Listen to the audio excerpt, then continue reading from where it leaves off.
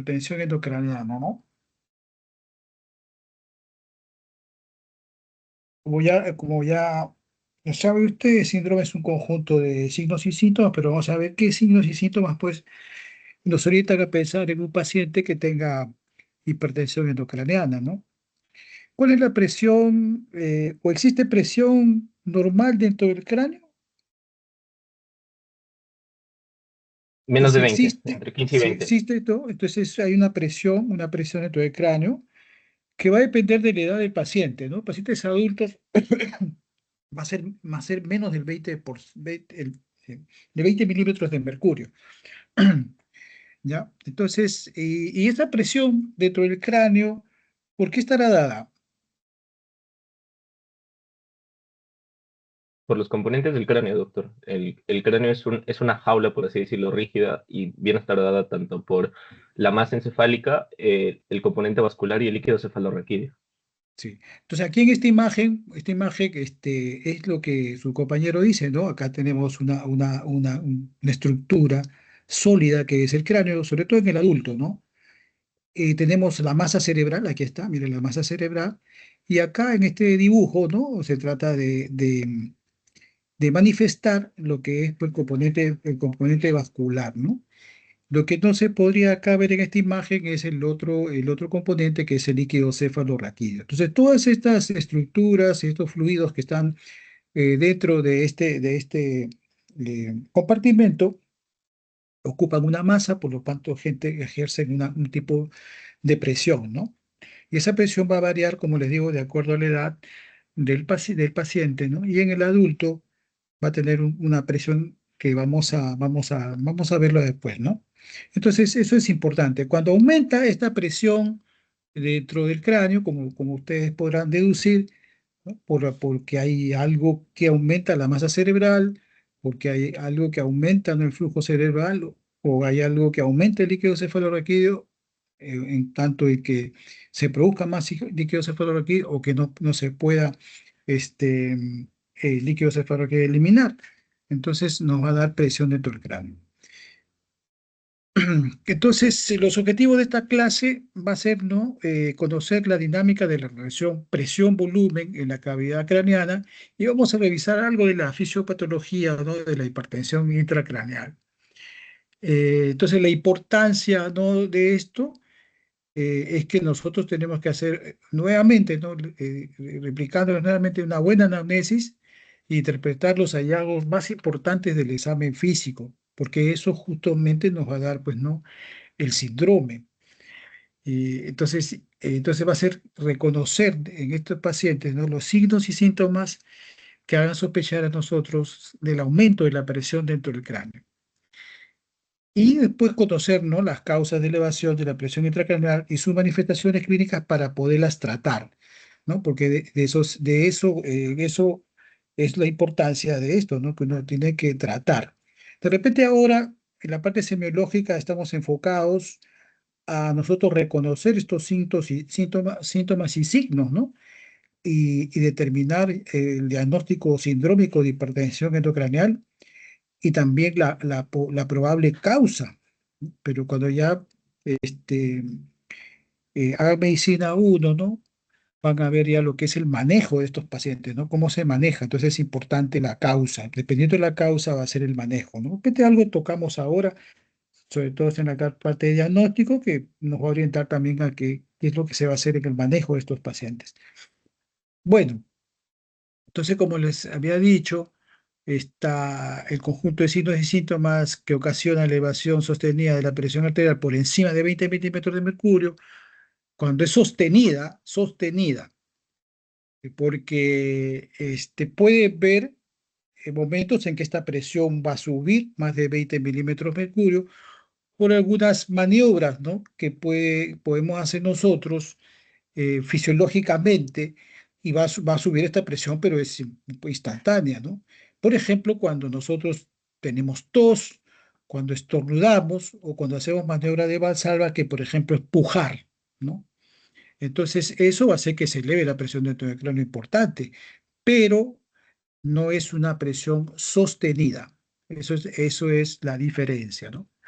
Entonces, aquí, por ejemplo, estamos viendo nuevamente lo que decía su compañero, ¿no? La estructura ósea, ¿no? Que no va a dejar, pues, que si hay aumento de alguno de los elementos que hemos comentado, pueda no expandirse más. Entonces, eso va a generar presión dentro del cráneo y la manifestación de esa presión nos va a dar sintomatología y signología que puede ya esta presión incluso manifestarse por la herniación, que es la salida de masa cerebral por algunos de los agujeros que tenemos nosotros, ¿no? Entonces, eso nos va a dar una sintomatología. Entonces, recordar pues que el cerebro, ¿no? Es el principal, la principal masa, ¿no? Volumen que hay dentro de la caja craneal y ocupa más o menos 1.400 centímetros cúbicos y es el 80% del volumen que hay dentro del cerebro. El otro 10% lo va a estar conformado por la sangre, tanto arterial como venosa, aproximadamente unos 150 centímetros cúbicos, y el otro 10% por el líquido cefalorraquídeo con un volumen similar. Entonces aquí les decía, ¿no? Por ejemplo, la presión dentro del cráneo en adultos va a ser más o menos entre 10 a 15 milímetros de mercurio, en niños de 3 a 7 milímetros de mercurio y en neonatos 1.5 a 6 milímetros de mercurio. Entonces, consideramos nosotros hipertensión intracraneana cuando en el adulto, ¿no? Esta presión supera pues esta presión normal, que es de mayor de 20 milímetros de mercurio. Ojo que tiene que ser una presión sostenida. Y vamos a recordar un poquito lo que es el metabolismo cerebral, porque de aquí también se va a dar algunas manifestaciones que tenga el paciente. Entonces tenemos que recordar nosotros que el cerebro representa el 2% del peso del adulto, ¿no? Sin embargo, miren estas cifras de acá, consume el 20% del oxígeno, ¿no? Que ingresa a nuestro organismo, ¿no? Y se consume el 25% de la glucosa de nuestro organismo. Para eso, tiene que haber pues un buen flujo cerebral, o sea, que vea una buena irrigación del cerebro, necesita que llegue, ¿no? Esta sangre en un buen volumen y que esa sangre distribuya, ¿no? El oxígeno y el CO2. Entonces hablamos qué cosa, que vea una buena perfusión a nivel del cerebro, para que este pueda trabajar en forma adecuada. Entonces, esa perfusión cerebral nos va a dar también, ¿no? El flujo sanguíneo cerebral. Entonces, el flujo sanguíneo cerebral va a ser, ¿no? Que todo el cerebro esté irrigado, así como ven acá, ¿no? Bien irrigado, porque necesita que, esté que los vasos sanguíneos arteriales, sobre todo, lleguen a toda la estructura, llevando pues el oxígeno y la glucosa, que es una cantidad importante, como están viendo ustedes, ¿no? Por eso que es un órgano noble que apenas tenemos hipoglicemia, hipotensión, va a haber manifestaciones, ¿no? Que hay manifestaciones neurológicas, ¿no? No solamente porque hay un problema propio del cerebro, sino por cualquier compromiso del sistema de todo nuestro cuerpo que produzca, ¿no? Que disminuya este flujo. Entonces, este flujo sanguíneo cerebral, como recordarán ustedes, va a depender, ¿no? De la perfusión, la presión de perfusión, o sea, con qué presión llega la sangre acá se va a distribuir, ¿no? Y de la resistencia que tengan estas arterias, ¿no? Sobre todo las arterias. Entonces, por ejemplo, si la resistencia, o sea, el diámetro de la arteria es menor, ¿cómo estará el flujo sanguíneo cerebral? ¿Aumentará o disminuirá?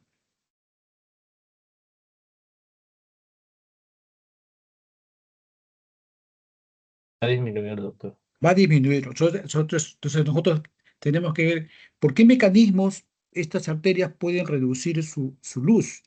Entonces vamos a revisar un poquito también de eso, ¿no? Y esta presión de perfusión cerebral Como recordarán ustedes, va a depender qué cosa de la presión arterial media, ¿no? Y menos esa es la presión, ¿no? La presión normal que hay dentro del cráneo, pues, ¿no? La presión ejercida por los componentes.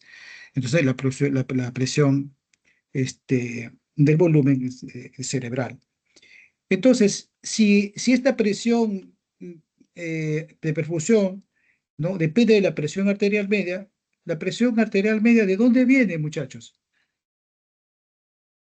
De la resistencia vascular periférica y el gasto cardíaco. Ya. Pero, ¿cómo calculamos nosotros la presión arterial media?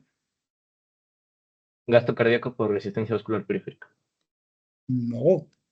La presión arterial media viene, ¿no? De la presión arterial sistólica y de la presión arterial diastólica. Se acordarán ustedes, ¿no? Entonces hay una fórmula para calcular justamente esta presión arterial media. Sin embargo, más que la fórmula, lo que es importante es que depende de la presión sistémica, ¿no? Depende de la presión sistólica y depende de la presión diastólica.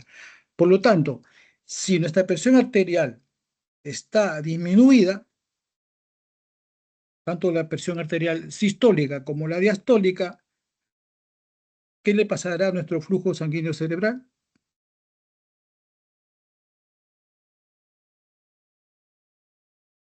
Va a disminuir.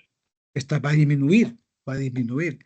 En cambio, si nosotros tenemos un paciente, ¿no? Que está con una presión arterial de 200 con 120, ¿cómo estará esa presión de perfusión cerebral?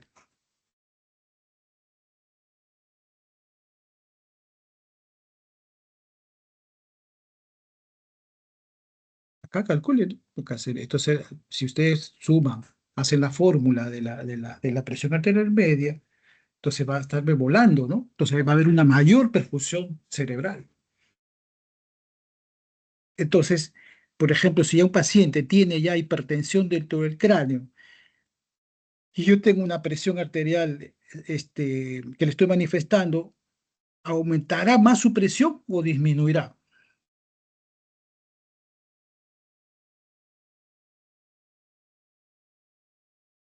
Está llegando más fluido, ¿no? Entonces va a aumentar su presión. Esto es importante porque estas cosas que estamos conversando el cerebro regula, ¿no? Si le llega mucha sangre, regula, ¿no? Si le llega poca sangre, regula, normalmente, ¿no? Entonces eso vamos a verlo de tu ratito, ¿no? Pero estos conceptos son básicos, ¿no? Para poder entender nosotros cómo el cerebro se protege. Entonces, un poco lo mismo, ¿no? Que el flujo sanguíneo cerebral va a depender de la presión de perfusión cerebral sobre la resistencia vascular que le ofrecen las arterias, y la presión de perfusión cerebral depende de la presión arterial media, ¿no? Y del PIC, que es aproximadamente menor de 15 milímetros de mercurio, porque es lo que hemos conversado anteriormente.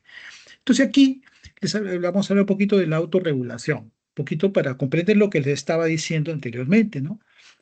Por ejemplo, si un paciente está hipotenso, o sea, tiene una presión de 9,6, entonces la perfusión, ¿no? Va a estar disminuida, o sea, va a llegarle poquita sangre al cerebro, le llega poquita sangre.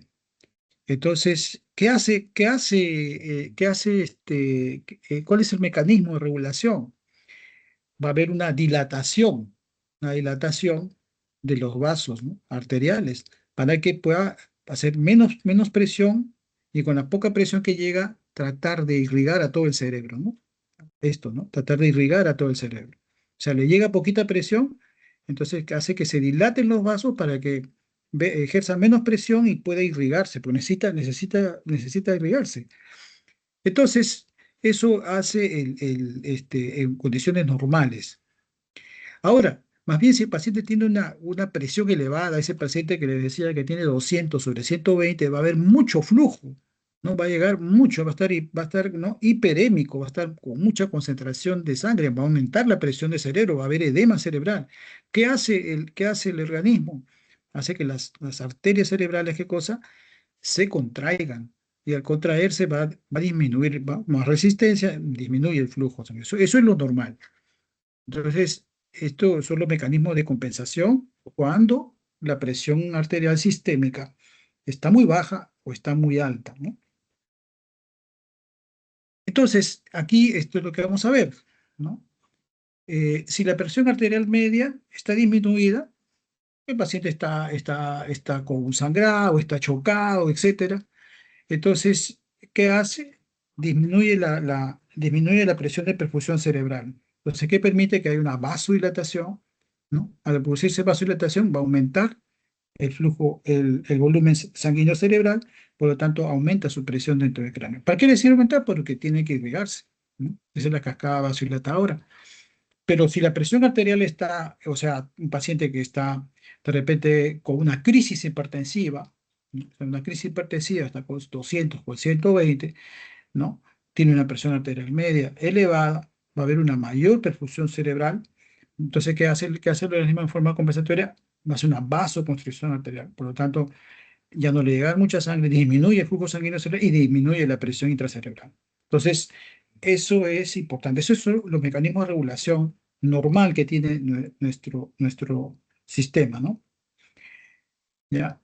Importante aquí también ver cómo pues uno puede hacer que vea una vasodilatación cerebral y vea una vasoconstricción. Entonces, ya para el manejo de un paciente que está ya pues hospitalizado por un cuadro de presión dentro del cráneo, entonces, y quizás ya este paciente está ventilado, nosotros podemos, mediante el control del CO2, provocarle que estos vasos se dilaten o se contraigan según lo que nosotros encontremos. Generalmente, pues es un paciente que está haciendo presión dentro del cráneo, está haciendo presión dentro del cráneo, por lo tanto hay el paciente queremos nosotros que vea una vasoconstricción, entonces lo que tenemos que hacer es disminuir el CO2. ¿Y cómo disminuir el CO2? Haciéndolo que respire menos, ¿no? Entonces, bajo su frecuencia respiratoria. Pero eso lo hago, como le digo, con el ventilador mecánico, ¿no? Yo le puedo, por ejemplo, programar a solamente 10 respiraciones que le dé el ventilador, por lo tanto, ¿qué cosa? ¿Puedo hacer qué cosa? Perdón, hago que para que se barre el CO2, le programo una frecuencia respiratoria mayor, por lo menos de 20 para que el paciente pueda barrer su CO2.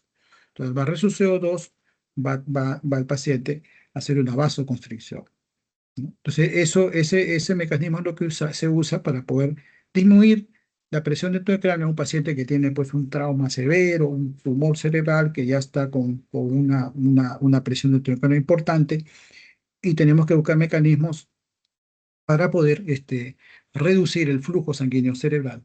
Entonces, esto se utiliza, ¿no? Y es la pura fisiología que tenemos que ver. Aunque ahora en el manejo del TEC, un poquito de controversia es sobre este mecanismo, ¿no? Entonces, pero es importante reconocerlo, es lo que se da y es la fisiopatología. Bueno, ¿y por qué puede aumentar este flujo, por qué puede aumentar la presión dentro del cráneo? Ya que ya hemos visto los mecanismos, ¿no? Que controlan normalmente. Entonces, pero eso es lo que hemos visto anteriormente, lo normal, lo que funciona, como es, ¿no? Pero esta presión va a aumentarse, ¿no? Cuando vea otros volúmenes que ocupan que no estaban, pues, ¿no? Dentro de lo que es la masa cerebral normal, el líquido cefalorraquídeo en el volumen que hemos hablado, la irrigación cerebral, en el volumen adecuado. Entonces puede ser esto porque aumente entre comillas, aumente la masa cerebral, ¿no? Entonces puede aumentar, ¿no? Porque hay un tumor, ¿no? Hay un absceso, hay una hemorragia. Entonces, esas cosas nos pueden hacer que aumente, ¿no? Un volumen, una masa, ¿no? dentro del cerebro. Puede haber aumento de volumen sanguíneo por lo que hemos comentado, ¿ya? ¿No? Un paciente que está con una presión arterial recontra elevada va a haber mayor volumen por mayor perfusión cerebral. Entonces, eso sí, también nos va a dar hipertensión dentro del cráneo. Aumento del volumen del cefalorraquídeo, por repente en niños, ¿no? Que hay una producción que hacen hidrocefalia, ¿no? Una producción excesiva por los plexos coroideos, o de repente una obstrucción de los senos, ¿no? Y el paciente va a aumentar pues el líquido cefalorraquídeo. Y lo otro es el aumento del tejido celular, entre comillas, ¿no? Entre comillas, sino ese es el edema, el edema. El edema es otra cosa importante, ¿no? Toda masa extraña al cerebro cuando ocupa, ¿no? Va a irritar al cerebro, a la masa cerebral, y va a producir edema. Entonces, cualquiera sea, si es un absceso, si es una isquemia, que lo han visto ustedes, ¿no? Los chicos que han tratado conmigo han visto una tomografía de un paciente con una isquemia cerebral y alrededor de la isquemia hay presencia de edema, ¿no? Entonces, eso es lo que hace que aumente el tejido celular, porque aumenta, pues, ¿no? El edema tanto en la neurona como el edema intersticial. Entonces va a aumentar, aparentemente aumenta pues la masa cerebral, ¿no? Entonces el edema es una de las causas. Otra cosa que tenemos que tener en cuenta, ¿no? Es que la presión del todo cráneo eh, puede ser leve, cuando está de 20 a 30, de 30 a 40 moderado y más de 40 severo. Vamos entonces a recordar acá, vamos a recordar cuando ya existe, ¿no? Cuando por eso le decía acá, ¿qué cosas pueden hacer que aumente? Estas son las causas que pueden aumentar, aumentar la presión de tu cerebro, es una masa nueva que está ocupando allí. Pero ¿cómo regula el organismo, ¿no? El organismo que va a regular, por ejemplo, aquí lo normal que estamos hablando, ¿no? Que ahí puede regularse el flujo sanguíneo cerebral. Yo he visto cuando la presión arterial está elevada, cuando está baja, no regula, no hay problema. Pero ¿qué pasa cuando hay o algo que ocupa un volumen, ¿no? Puede ser un absceso, puede ser una hemorragia, un tumor, básicamente. Entonces, esto va a hacer que el organismo regule, ¿no? ¿Qué hace? Disminuye el componente venoso. El arterial no se modifica para nada porque es el que va a estar irrigando al cerebro. Entonces el componente arterial no se modifica. ¿Qué cosa se elimina? Se elimina, ¿no? El componente venoso y el líquido cefalorraquídeo. Entonces hasta ahí se compensa el organismo, ¿no? Se compensa, pero si se sobrepasa, ¿no? Esta masa sigue aumentando y sobrepasa, estos mecanismos quedan cortos. Entonces eso se va a reflejar aquí en lo que es, ¿no? Esta curva que vamos a ver. Entonces, cuando se produce, por ejemplo, un trauma o un paciente tiene una hemorragia dentro del cerebro, que ocupan lesiones, ¿no? Que ocupan masa, el paciente va a compensar, ¿no? Entonces, va a compensar, y se va a mantener la presión hasta un punto que ya no puede compensar. Y de allí rápidamente aumenta la presión, ¿no? Entonces vamos a tener nosotros que va a haber una fase de compensación, una fase ya de descompensación cuando comienza el paciente a tener ya sintomatología, pero rápidamente progresa, ¿no? Esa presión dentro del cráneo y que va a llevar a la fase de la herniación, ¿ya? La compensación, muchachos, va a depender, ¿no? Del tipo de lesión que tenga el paciente, ¿no?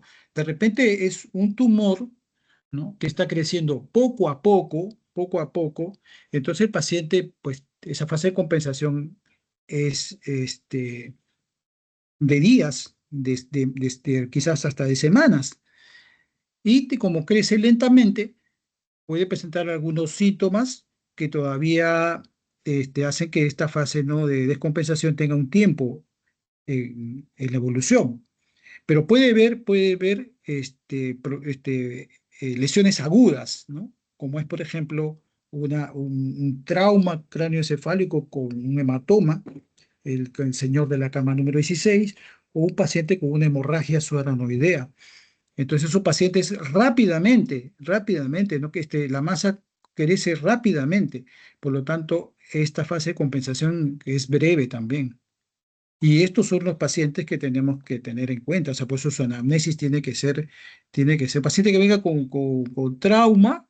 Ojo, que el paciente puede ser un cuadro de hipertensión endocraniana y tenemos que estar atentos, ¿no? Entonces, valorar sus glajos, valorar síntomas iniciales, ¿no?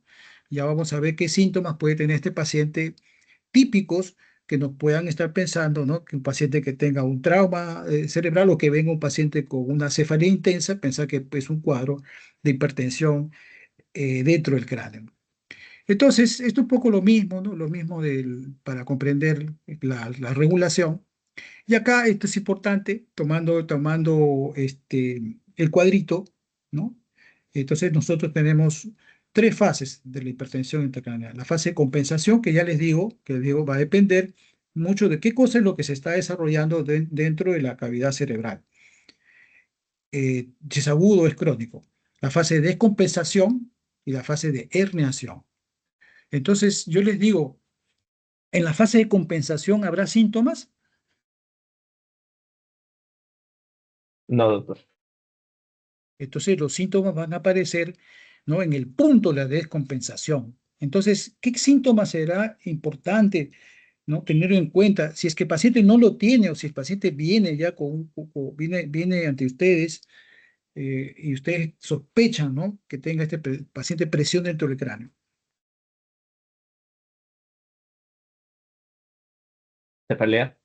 Cefalea, ¿no? La cefalea. ¿Qué otros síntomas?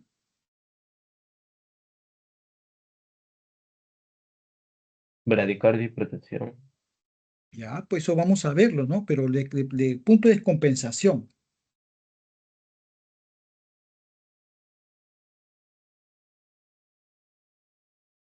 A ver. ¿Qué otro síntoma? ¿Qué otro síntoma? Y te puede ser signo también, ¿no? Vómitos y náuseas. Los vómitos, pues, ¿no? Pero son un tipo de vómitos, ¿no? Son vómitos Explosivos. característicos, vómitos cerebrales, ¿no? Entonces, esos síntomas son los que van a aparecer aquí, ¿no? Van a aparecer en la fase de descompensación. Como le digo, si es un tumor que está creciendo poquito a poquito, de repente va a tener una cefalea de días, ¿no? De día, hasta que ya comienza a tener después vómitos, entonces les da a usted esa opción. Pero si es agudo, eso va a ser rápido, ¿no? Es rápido. Bueno, entonces aquí vamos a ver esta imagen, ¿no? Entonces ya dentro de relaciones expansivas pueden ser de crecimiento rápido. Bueno, tumores no tanto, ¿no? Pero lo que granulomas tampoco, pero el crecimiento rápido pues son problemas de hemorragias del encéfalo, ¿no? Aneurismas. Eso son lo que matan al paciente si no hacemos un diagnóstico adecuado. A veces el paciente viene con cefalea y lo mandamos a su casa, ¿no? Como pensando que es una migraña, más aún si el paciente es migrañoso todavía, no es migraña, ¿no? Lo mandan a su casa y después el paciente viene ya más comprometido. Bueno, afecciones de obstrucción de flujo de líquido cefalorraquídeo, hidrocefalia, ya le dije, en niñitos, ¿no? Congénitas o adquirida, meningitis o meningoencefalitis con bloqueo del espacio subaranoideo, o un paciente que tiene pues una fractura de cráneo, ¿no? También va a bloquear, ¿no? El espacio subaranoideo. Enfermedades con congestión venosa cerebral, meningitis, meningoencefalitis, edema cerebral, encefalopatía hipertensiva, lo que estábamos comentando, ¿no? Cuando la presión arterial aumenta, va a aumentar el flujo, por lo tanto va a crear presión dentro del cráneo. Compresiones o trombosis venosa también, o sea, si tampoco no, la sangre venosa no sale, también se va a quedar, por lo tanto va a haber aumento de la presión del cráneo. Entonces ustedes están viendo aquí un paciente de repente que se ha caído este paciente y tiene acá un acúmulo de sangre, ¿no? Tiene acá. Esto se llama hematoma, ¿qué cosa? Epidural. Epidural. Pues este hematoma está ejerciendo, como ustedes están viendo acá, ¿no? Está ejerciendo presión ya, ¿no? Ya se desarrolló presión, está comprimiendo a la masa cerebral normal y la está llevando hacia el otro lado, ¿no? Por lo tanto, si uno ve la línea media, está empujada hacia el otro lado, está comprometiendo el cuerno, el ventrículo lateral, el cuerno, las astas, ¿no? Anteriores, la izquierda. Y como aumento de volumen, mira acá hay un punto, ¿no? Entonces, ese punto es un punto herniario. Y si esta presión es mayor, él va a tratar de salirse, ¿no? A través de este agujero, donde está el tronco cerebral. Va a comprimir el tronco cerebral. Entonces, cuando comprime el tronco cerebral, nos va a dar otros síntomas, ¿no? Que vamos a ver.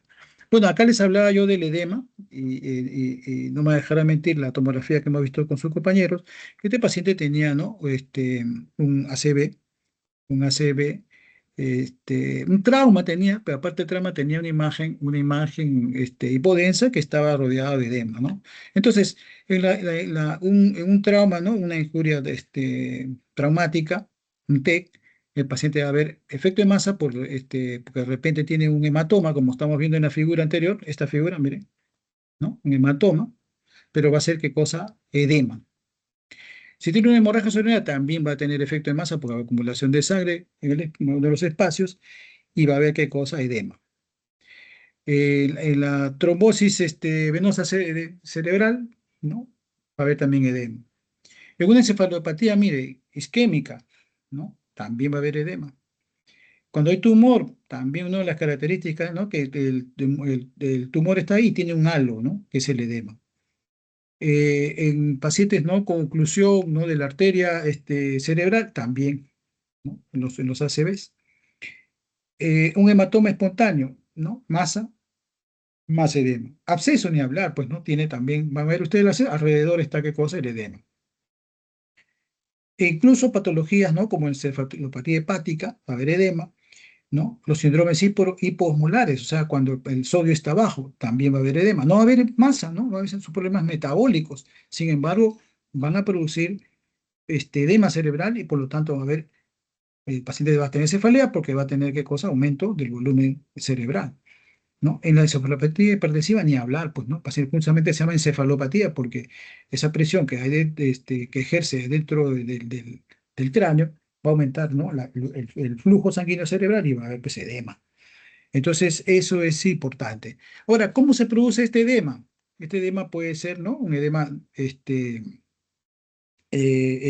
como hay un flujo sanguíneo cerebral aumentado, ¿no? Entonces, ¿qué va a pasar? Que va a haber un mal funcionamiento de la bomba de potasio, sodio, ATPasa y va a entrar, ¿qué cosa? Va a entrar el líquido a la célula. Entonces va a crecer la célula neuronal y es un edema citotóxico. Pero cuando se produce también una isquemia, ¿no? Porque va a haber compresión del cerebro por un tumor, por lo que fuera, entonces va a haber ese líquido, va a salir, ¿qué cosa? De la vasos sanguíneos al espacio. Entonces, hacia el espacio intersticial que está entre la célula, o sea, la neurona y el vaso sanguíneo, va a haber un edema vasogénico. Así siempre los dos, ¿no? Entonces, esto va a aumentar, ¿no? La masa, el volumen, va a aumentar la presión dentro del cráneo más la masa que tenga, entonces este paciente, si es que produce una hernia, ¿no? Del giro singular o del uncus o de la parte media, el paciente va a morirse. Entonces, el edema es una de las cosas importantes que hay que manejar cuando el paciente tiene, ¿no? Una masa asociada que puede ser un absceso, un ACV, una hemorragia, un tumor. Hay que manejar también el edema, o en aquellas otras patologías que no necesariamente ocupan masa, pero por la distribución del líquido a nivel cerebral, producen también encefalopatía. Entonces hay que tener en cuenta, ¿no? Bueno, las manifestaciones clínicas que va a tener el paciente con hipertensión endocraniana van a depender, ¿no? De la causa, le decía. Entonces van a depender, porque este es un tumor, generalmente los tumores, como le digo, no son pues de desarrollo rápido, no van creciendo poco a poco, ¿no? Por ejemplo, los traumatismos craneoencefálicos si son pues una emergencia, son cosas que suceden, ¿no? Agudas, ¿no? O puede ser, ¿no? Por un paciente que tenga pues, ¿no? Un problema metabólico y tenga, ¿no? Una presencia de líquido en el cerebro. El del periodo de instalación ya les comenté, ¿no? Si es un cuadro agudo, si es un cuadro subagudo, un cuadro crónico, ¿no? Agudo, ¿no? Sobre todo son las hemorragias intracerebrales o las hemorragias subaranoideas.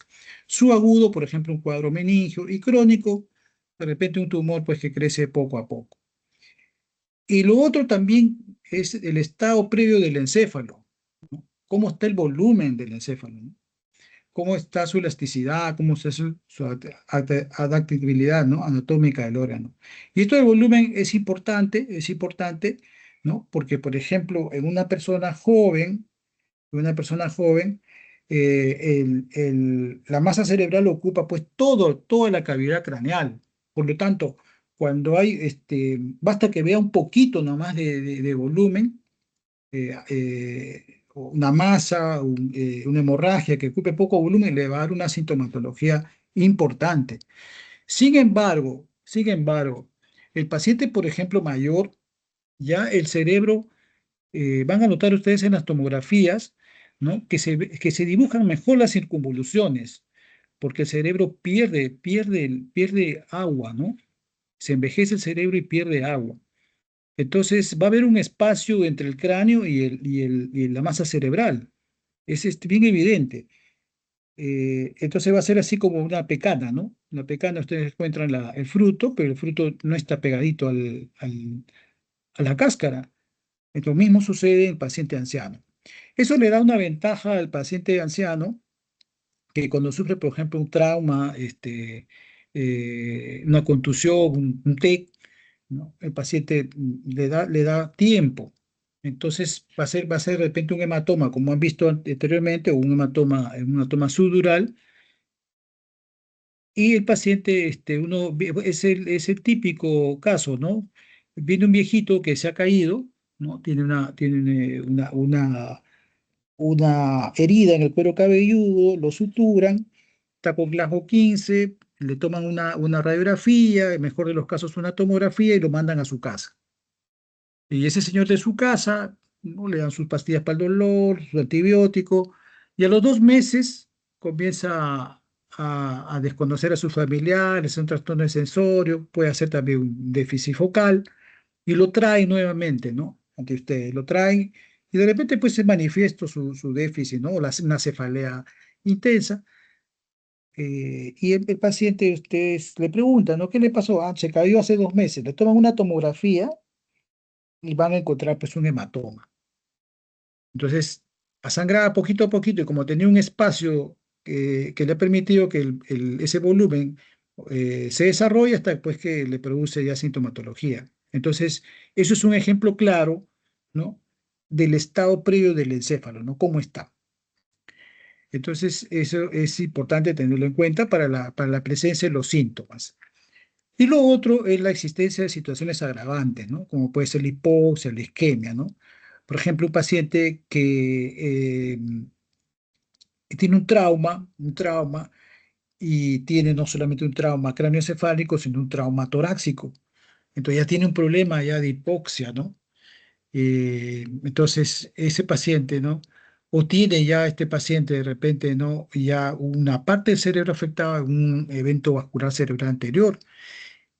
Entonces, estas son situaciones ya agravantes, ¿no? Hemos hablado que el cerebro recibe, ¿qué cosa? ¿Cuánto por ciento de oxígeno? 20. El 20% aproximadamente, ¿no? Y un 25% de glucosa. O sea, la cuarta parte de la glucosa se va directamente al cerebro. Por eso es que cuando ustedes ya están a las 11:30 de la mañana, ya quieren ir a comer algo porque ya les falta glucosa, ¿no? Falta glucosa al cerebro, da sueño, abre uno bosteza, ¿no? Porque necesita glucosa para poder seguir funcionando. Bueno, entonces, ojo, ojo que las manifestaciones clínicas van a depender de la causa, de la periodo de instalación, de cómo está su encéfalo y si tiene este paciente ya componentes, qué cosa, agravantes. Entonces, ¿los síntomas cuáles son? Como ustedes decían, la cefalea, ¿no? O cefalalgia. Es el síntoma más frecuente, ¿no? De hipertensión dentro del cráneo. Entonces, después vamos a tener los vómitos, pero los vómitos son vómitos, ¿no? Vómitos cerebrales, en chorro, en cohete. O sea, no tiene náuseas este paciente. No es como, tengo náuseas, no, no, tiene que ser así, explosivos, vómitos explosivos. Lo otro es el disminución del nivel de conciencia, ¿no? Entonces va a caer su Glasgow de estos pacientes. Ya conversábamos con las personas que rotan conmigo que Glasgow, ¿no? Por ejemplo, unos pacientes con TEC nos va a dar, ¿no? La gravedad del compromiso neurológico, la gravedad de la estructura cerebral, y nos sirve también, ¿no? Para varias cosas, ¿no? Como es para la evolución, para el pronóstico del paciente y justo para darle tratamiento también. Entonces, ver el nivel de conciencia tienen que ustedes dominar en hacer su Glasgow adecuadamente. Pero hay otras manifestaciones que indican que este paciente ya está entrando a la fase, ¿qué cosa? De herniación, ¿no? Entonces, los otros síntomas son en la fase de descompensación, pero acá ya entran a la fase de herniación. Entonces, ahí su compañero dijo, doctor, la bradicardia, por supuesto, la bradicardia. Entonces, si un paciente que por la anamnesis ustedes ven que de repente viene con un trauma cerebral, que es lo más aparatoso, ¿no? Un TEC, un accidente de tránsito, se cayó, etcétera, está con cefalea, está con vómitos, y ustedes, ¿no? Hacen las cosas bien y le toman pues sus funciones vitales. Entonces va a ser con muchas sorpresas. Si no le toman funciones vitales, el paciente va a pasar desapercibido y puede estar esperando que le hagan ustedes una tomografía, y cuando le llega la tomografía y regresa muerto ya. Entonces tiene que tomarle a estos pacientes sus funciones vitales, porque lo pueden encontrar, ¿qué cosa? Bradicárdico. O sea, su frecuencia cardíaca, ¿cómo estará? Bajo, menor de 60. Baja, ¿no? Ya ustedes tienen que decirme, doctor, está menos de tanto. ¿Cuánto es Menor de bajo? 60. Ah, menor de Menos de 60, 60. pues, ¿no? El paciente va a estar con hipertensión arterial. ¿Cuánto será hipertensión arterial? 140-90 para Europa, Claro, 130-80 para mayor de América. 140/90, mayor de 140/90 tiene que tener este paciente. Y no solamente bradipnia, ¿no? Sino que esté con un patrón ventilatorio alterado. Entonces, cuando ustedes tengan un paciente, ¿no? Que por el tipo sobre todo el trauma, ¿no? Que pueden hacer presión dentro del cráneo y es lo más agudo que van a manejar. Entonces se van a provincia, hay un accidente, por ahí viene el paciente con cefalea, vómito, lo bajan, pero está con bradicárdico, está con hipertensión arterial, tiene un mal patrón respiratorio, el paciente se va a herniar si ustedes no lo definen, no lo trasladan rápido. Entonces, ojo, tómele qué cosa, funciones vitales, porque eso les va a dar, ¿no? Siempre comparan, ¿no? Siempre vienen dos, tres pacientes. Entonces, el paciente que está así es el paciente que requiere. Si no le hacen algo, el paciente se va a morir, ¿no? Entonces, eso es importante, ¿no? Después tengo un centro como los hospitales acá de Lima, ¿no? Que tiene tomografía, tiene todo, puede ser mucho más rápido, pero a veces no nos damos cuenta. Estos pacientes muchas veces los recibe cirugía, y cuando roten ustedes de cirugía, cuando han internado, no toman pues, funciones vitales, no toman nada, solamente ven al paciente y van a pedirle. Y después ya está llegando a shock trauma este paciente ya al borde de la muerte, porque no le tomaron las funciones vitales. Paciente, una vez que le toman las funciones vitales, lo mandas a UCI, o lo mandas a un sitio donde puedan monitorearlo, ¿no? Y ya hacerle el manejo. Entonces, eso es importante tenerlo en cuenta. O sea, van a tener ustedes sintomatología cuando hay la descompensación, ¿no? Cuando la presión ya supera los 20 milímetros de mercurio, y cuando está más de 40 o 60, el paciente va a herniarse si no hacemos nada.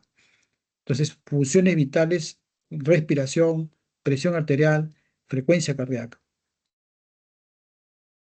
También yo me puedo ayudar, ¿no? Me puedo ayudar, ¿no? Instrumentalmente de poder ver qué cosa es lo que ven en la pantalla, en la imagen, ¿Un fondo de ojo? el fondo de ojo, ¿no? Entonces, en el fondo de ojo lo que yo voy a ver ¿qué es esto que está acá? Papilema. La papila, ¿no? La papila.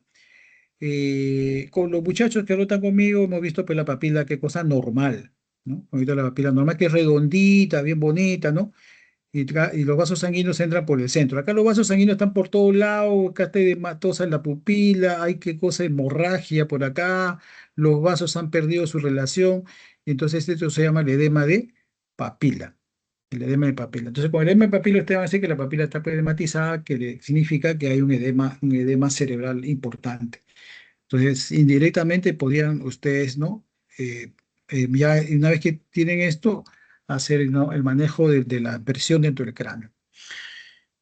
Puede tener, ¿no? problemas de compromiso de tercer par, ya con diplopia, con, ¿cómo se llama? Disminución de los campos visuales, ¿no? Disminución de la agudeza visual.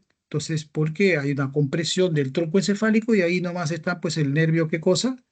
El nervio, el nervio óptico y los nervios craneales, ¿no? Entonces puede ver este paciente compromiso si ya la presión es tal que está llegando al tronco encefálico.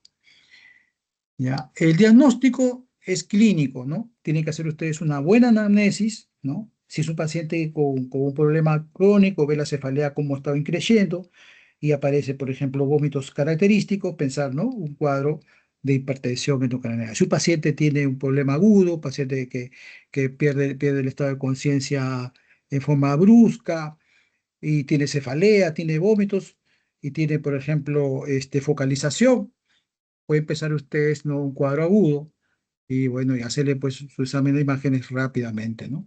Pero puede ser un paciente también que tenga un problema de tipo infeccioso, ¿no? Problema metabólico, como estamos viendo. Entonces, al ver, ¿no? Qué es lo que tiene el paciente y de lo que tenga, de repente su paciente solo que está haciendo hipertensión severa, manejar, pues, ¿no? La hipertensión severa que tenga este paciente. Entonces, buscar estos pacientes, ¿no? Que sospechamos ver el tipo de vómito, ver el tipo de cefalea, ver si tenemos un oftalmoscopio, podemos hacer un fondo de ojo y demostrar que tenga el paciente edema cerebral, ¿no? Y si es necesario y ustedes sospechan que hay un problema estructural en el cerebro, tomarle pues sus imágenes, ¿no? Tomar imágenes. Bueno, ojo que hasta un 10% de los pacientes con TEC, el ataque es normal, ¿no? Pero tienen ya hipertensión endocrinal, o sea, la clínica siempre es importante.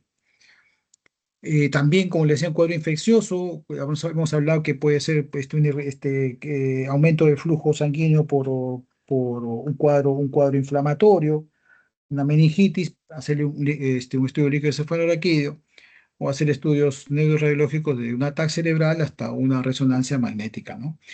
TAC cerebral, pacientes, ¿no? Van a ver ustedes lo que es hemorragia. Acá, por ejemplo, ¿no? ¿Para qué les sirve un ataque cerebral a ustedes? En un paciente que está sospechando hipertensión endocraniana, ¿no? Por un sangrado. Entonces, van a identificar las lesiones intracraneales, ¿no? Que puedan necesitar corrección, que puede ser, por ejemplo, esto. Este de acá, ¿no? Es un hematoma epidural, o sea, traumático. Ya que usted está, ¿qué es esto de acá que están viendo acá afuera? Esto que ven por fuera es un hematoma del cuero cabelludo, ¿no? Sí, no permite ver la imagen, pero de repente que es incluso hay fractura ósea. Esa gráfica, esa tomografía, que es una tomografía de un paciente real, es esta imagen que hemos visto hace rato, ¿no? Acá. Es esta, ¿no? Que es un dibujo, pero ese dibujo, ¿no? Esta tomografía que estoy enseñando es de un paciente real. Ahí está. Es un hematoma que cosa epidural que hace efecto de masa, si uno ve la línea media se está yendo hacia el otro lado, hay edema acá también, ¿no? Entonces, aparte de tener, ¿no? El hematoma, hace edema y comprime, ¿no? Entonces, este paciente tendrá un grado de hipertensión endocraneal. Entonces, identifica, ¿no? Por ejemplo, identifica que este es un hematoma epidural, identifica que este es sangre, pues acaso chicos, ¿eh? Esto es sangre, ¿no? Y esto se llama un hematoma subdural, ¿no? Subdural, así es el subdural. Entonces, hará efecto de masa, también hará efecto de masa, ¿no? Tanto como el hematoma epidural, miren ustedes, ¿no? Miren ustedes si hay edema, cómo están los ventrículos acá. Comparen los ventrículos acá con acá. Está la línea media desviada, ¿no? No está desviada, ¿no? Ahora comparen acá. Acá hay un hematoma que cosa intracerebral, ¿no? Intracerebral y están los ventrículos tomados. Miren, los ventrículos están llenos de sangre acá. Y acá tienen un hematoma, ¿no? Un hematoma talámico, intracerebral. ¿Y qué ven acá? Que los ventrículos tienen ¿qué cosa? Sangre. Y si trazamos una línea así, la línea media, ¿qué cosa está desviada? Y el cuerno derecho del ventrículo lateral está ¿qué cosa? El anterior está ¿qué cosa? Obstruido, ¿no? Entonces, yo les pregunto, eh, ¿cuál de estas imágenes tiene mejor pronóstico?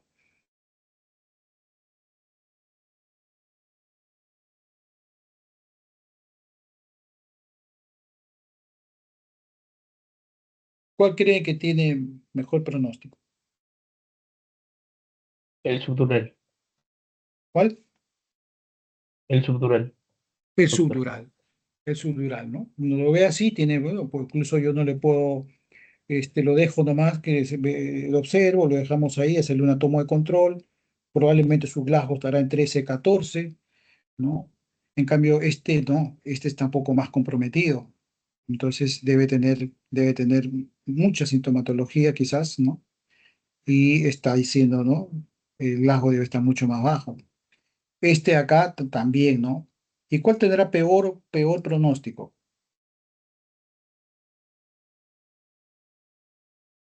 En la cuarta, el intraparenquimatoso.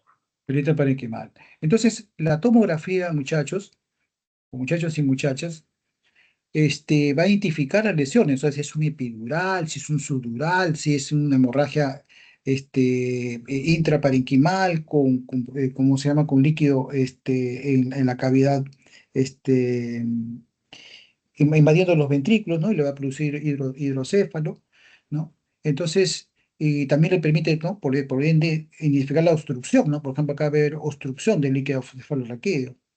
Y va a identificar la severidad, ¿no? Así como han visto ustedes, así el ojo nomás dice, este es más severo, ¿no? Más severo que este. Entonces, evalúa el pronóstico también, ¿no? ¿Cuál de ellos tiene mejor pronóstico?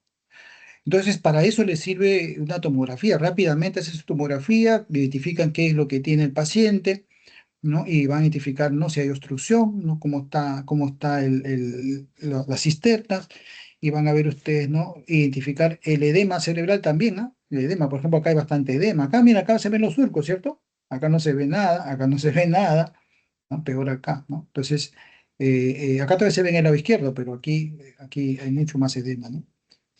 Y el valorar el pronóstico, cuál de ellos tiene mejor pronóstico. Para eso les sirve qué cosa hacer su tomografía. Esto no, porque este es de la clasificación del trauma cerebral de Marshall, ¿no? Pero ya eso es un poco más complejo. Solamente miren ustedes que, por ejemplo, el cerebro está aparentemente normal, ¿no? Acá, por ejemplo, hay un edema cerebral marcadísimo, marcadísimo, y acá también, ¿no? Y acá es un paciente que tiene compromiso ventricular y le hacen su craniotomía y el paciente, ¿no? Mejora, ¿no? Mejora el edema, mejora todo, ¿no? Pero le han hecho una craniotomía. Bueno, la resonancia magnética nuclear es un examen, ¿no? Que nos permite identificar mejor, ¿no? Tumores, abscesos, quizás, ¿no? Es mejor para eso. Lo supera la tomografía en lesiones como base de cráneo, de fosa posterior, ¿no? Y finas lesiones hemorrágicas. Pero lo que nos sirve a nosotros, la tomografía es para ver lesiones, ¿qué cosa? Hemorrágicas y para manejar el cuadro agudo, ¿no? Entonces, ese es el valor de la tomografía, que se hace rápido y me permite ver todas estas cosas que estamos viendo acá, ¿no? Cosas eh, grandes. ¿Por qué? Porque lo grande es lo que va a causar problemas, ¿no? En cambio, por ejemplo, si yo sospecho que tenga un tumorcito por ahí, pues, ¿no? Que le está dando de repente cefalea, pero el paciente está con un Glasgow adecuado, ¿no? O que tenga, como dice acá, finas lesiones hemorrágicas, pues finas, quiere decir que, ¿no? Eso no le da mucha hipertensión dentro del cráneo, entonces ya es algo que de repente, para la parte aguda, no es mejor que una tomografía para poder diagnosticar sobre todo lesiones, ¿qué cosa? Hemorrágicas, ¿ya? ¿Ya? Entonces es importante eso, ¿ya? Es importante, ¿no? Sí, por ejemplo, para lesiones axonal difusa, contusiones, eso sí te va a ayudar un montón. Por ejemplo, un paciente que tenga traumatismo medular, ciertas características lo vas a ver con la resonancia, ¿no? Pero no está en riesgo tanto su vida como estos pacientes, ¿no? Que tienen sangrado cerebral. Pueden darse cuenta ustedes que identifica muy bien y es rápido, es un examen rápido. Solamente con una tomografía simple nada más, ¿no? Pueden ver eso. Bueno, hay otros exámenes, ¿no? Que nos permiten también, que son no invasivos, ¿no? Como la ecografía Doppler. Entonces vamos a ver el flujo, cómo está el flujo, si hay una parte isquémica, si hay mucho flujo, también nos va a orientar, ¿no? Dónde está la lesión, si hay edema cerebral, nos va a orientar, ¿no? Donde hay poco flujo, pero una isquemia, ¿no? Y esa isquemia al otro lado va a ver qué cosa, edema, y eso lo va a permitir ver, este, la ecografía, ¿no? Y también el electroencefalograma, pero no el con que sale el trazado, ¿no? Sino esto es un tipo de actividad eléctrica cerebral, un mapeo. Entonces van a ver dónde hay buen flujo sanguíneo, dónde el flujo está disminuido. Y bueno, donde el flujo está disminuido, uno puede decir, ¿no? Pues una isquemia, o si hay un flujo aumentado, de repente, ¿no? Una hemorragia. Entonces, eso pero no hay en no hay en todos los hospitales, ¿no? Entonces, eso es lo que tenemos nosotros para poder manejar. El manejo de la hipertensión endocraniana hay varias cosas, ¿no? Así rápido. Uno es, por ejemplo, disminuir la presión dentro del cráneo. Entonces uno suele ponerlo a estos pacientes en la cabecera de 30 grados. De esa forma disminuyen el flujo sanguíneo cerebral. El paciente utilizar, ¿no? Para disminuir el edema, podemos utilizar nosotros el manitol, ¿no? O podemos utilizar soluciones hipertónicas. Cualquiera de los dos se pueden utilizar, casi tienen un compromiso, una efectividad similar, pero las soluciones hipertónicas pueden producir lesión renal, ¿no? Entonces eso hay que manejarlo, ver de qué paciente se trata, si el paciente tiene compromiso renal o no, ¿no? Por ejemplo, paciente con falla renal, que todavía no está en diálisis. Entonces, tener cuidado de qué paciente se presenta ante nosotros. Pero generalmente utilizamos qué cosa? En la emergencia, manitol. Manitol se utiliza, por ejemplo, si es una hemorragia subarachnoidea, algunos vasodilatadores para disminuir la isquemia. Entonces, es un manejo ya, un manejo dependiendo del paciente que tiene, el manejo del edema cerebral, porque estamos hablando de eso. Y el otro es el manejo neuroquirúrgico, pues, de las intervenciones, ¿no? Por ejemplo, el paciente que tiene esta lesión es fácil, ¿no? Es fácil, entran, abren el cráneo y sacan el hematoma, el paciente mejora rápido. Después, esta acá también, si el hematoma subdural también es importante, no es un hematoma laminar, pero si es un poquito mayor, también entran, le evacúan el hematoma y el paciente está, ¿no? Manejan el edema y es fácil de resolver. En estos casos, por ejemplo, cuando el hematoma es ya intraparenquimal, es poco lo que se puede hacer.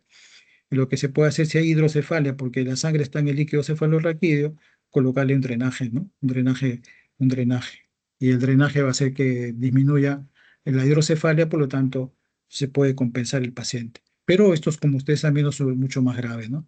Entonces, ese es el manejo de estos pacientes, el manejo neuroquirúrgico. A veces es un paciente que tiene, pues, hipertensión dentro del cráneo porque hay flujo por un cuadro meningio, tratar, pues, ¿no? El cuadro meningio bacteriano, ¿no? Que vamos a verlo un poco en la clase que viene. Preguntas, comentarios. Doctor, una pregunta. Sí. En caso me salga papiledema, digamos, en el fondo de ojo se vea papiledema y yo estoy en una meningitis, ¿cómo haría para tomarle la muestra de líquido cefalorraquídeo? ¿Por qué será una contraindicación de la función lumbar si hay hipertensión? Claro, lo ideal sería medir la presión del cráneo, ¿no? Pero si es que lo hay, entonces lo que queda es, por ejemplo, darle tratamiento antibiótico, ¿no? Y el tratamiento antibiótico lo vamos a ver en el siguiente clase justamente por tu epidemiología. O sea, tu paciente, si tiene cuadro de una meningitis, va a tener este cuadro meningio, ¿no? Entonces eso está seguro. Y como tienes la anamnesis, ¿no? Que te parece que es un cuadro meningio infeccioso, si esta persona, por ejemplo, ha tenido un cuadro respiratorio, un cuadro de piel, niño, entonces, o tiene, por ejemplo, una celulitis en la cara, entonces manejar qué cosa, ya el cuadro infeccioso, ¿no? Entonces, para eso tenemos que saber cuál es el germen que produce mayormente un cuadro meningio, ¿no? Entonces, hacerlo, ¿no? Entonces, ahora, ¿por qué? Porque ya si tiene papiledema te está diciendo que hay presión. Entonces, la presión no solamente va a estar dentro del cráneo, sino va a ir también hacia la zona medular. Entonces, cuando uno baja, ingresa y saca bruscamente, entonces puede producir más daño al paciente, ¿no? Entonces, en esos casos, si hay alta sospecha, mejor es iniciarle, ¿cómo se llama? Cobertura antibiótica. Bueno, ¿alguna otra pregunta? Un poco vamos a complementar ahora que vamos a ver la otra clase, ¿no?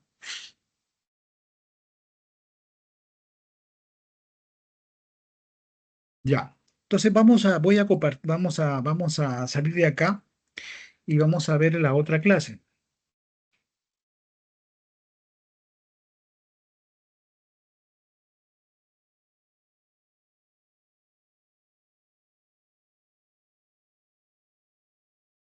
¿Ven mi pantalla o no? Sí, señor doctor. Ya. Entonces, lo que están viendo aquí, ¿qué cosa es? ¿Qué es esto? Las meninges, doctor. ¿Qué meninge es? Sí me pueden decir, ¿no? Dura madre. ¿Ah? Dura madre, doctor. ¿Así? ¿O es la pía? No, la pia madre está pegada al parénquima. Ya. ¿Y esta no está, esta está pegada al parénquima o no?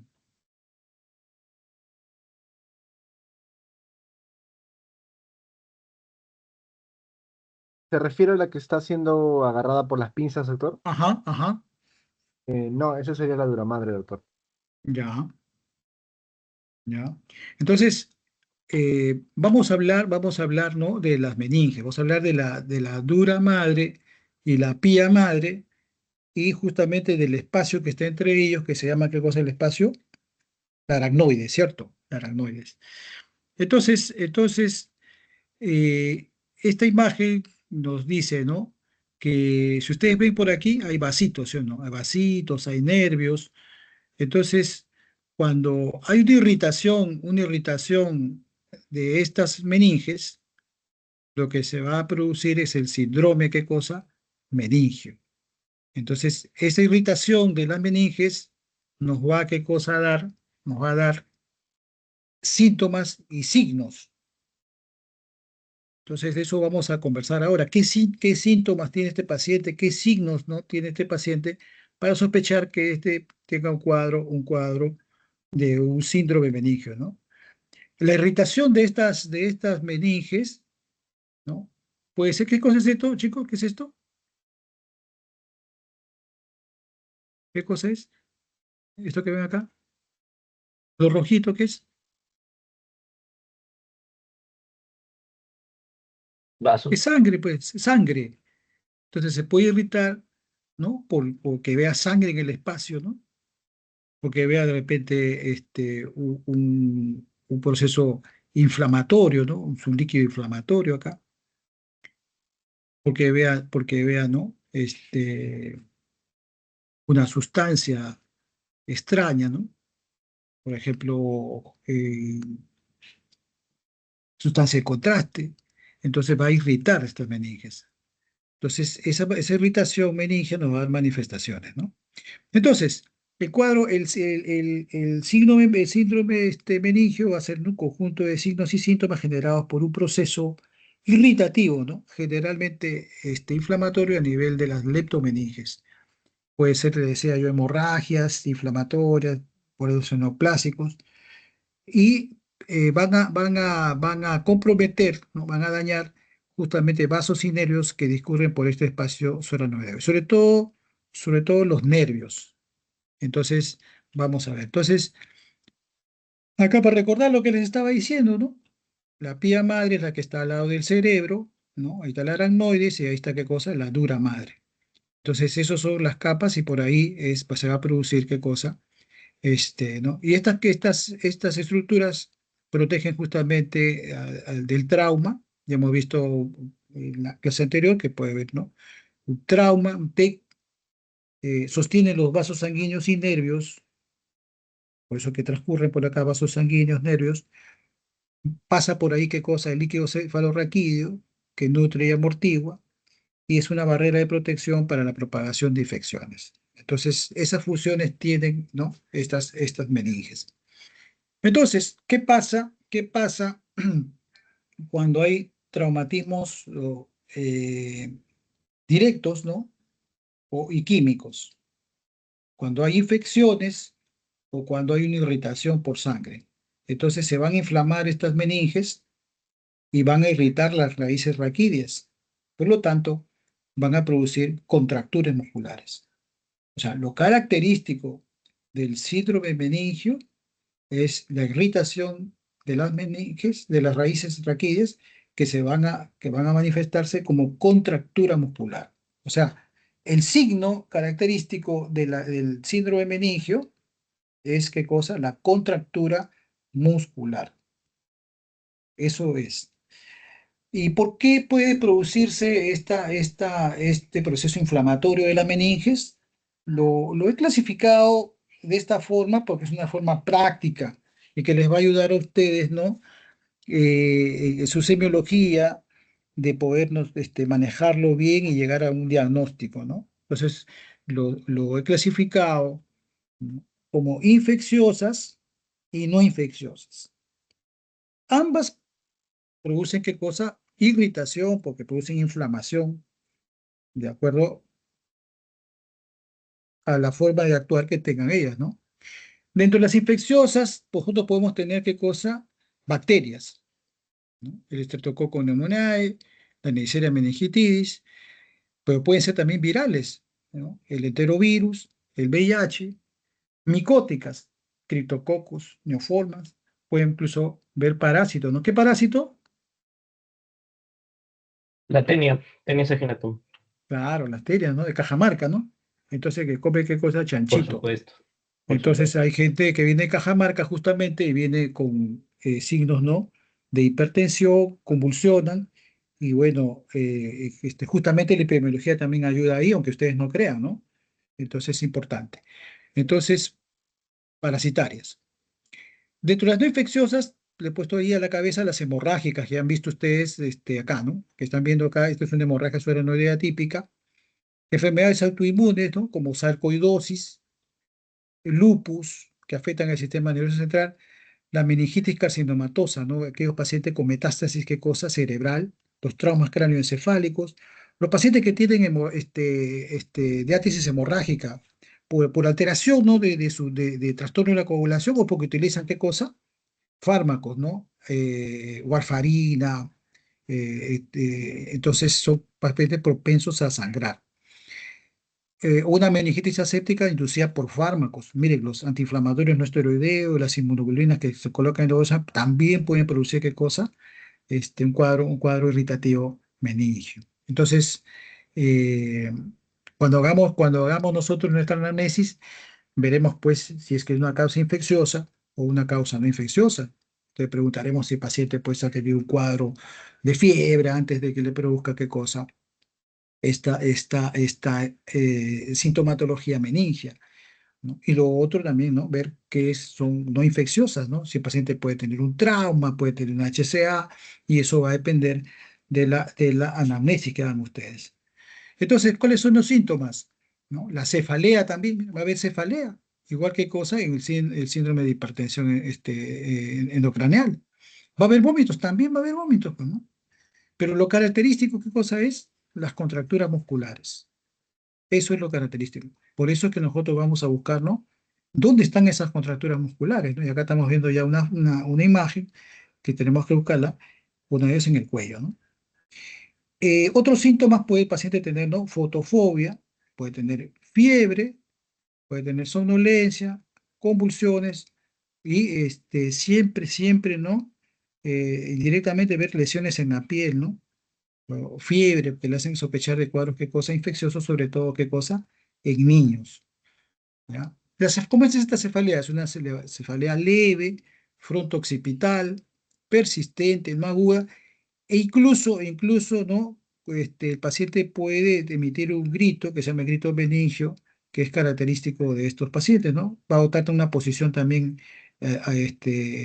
por la contractura que hay, unas posiciones que vamos a verlo en todo un ratito. Y esta cefalea se va a exacerbar con la luz y con el ruido. Entonces, eso hay que tener cuidado cuando tenemos al frente, ¿no?, un paciente que estamos sospechando que tenga un cuadro meningio, aislarlo, ¿no? De la luz, aislarlo del ruido en el manejo. Lo otro son los vómitos que ya habíamos hablado, ¿no? Vómitos, ¿qué cosa? Explosivos, sin náuseas. Y acá está, ¿no? El síntoma, las contracturas musculares, que es lo que tenemos que buscar. Entonces tenemos que buscar raquialgias y vamos a encontrar nosotros la nuca. Vamos a buscar qué cosa, esa rigidez que se llama el signo de Levinson. Podemos encontrar, ¿no?, posiciones nosotros bien manifiestas, ¿no?, de una contractura muscular severa, como es el signo del raquis o signo del trípode.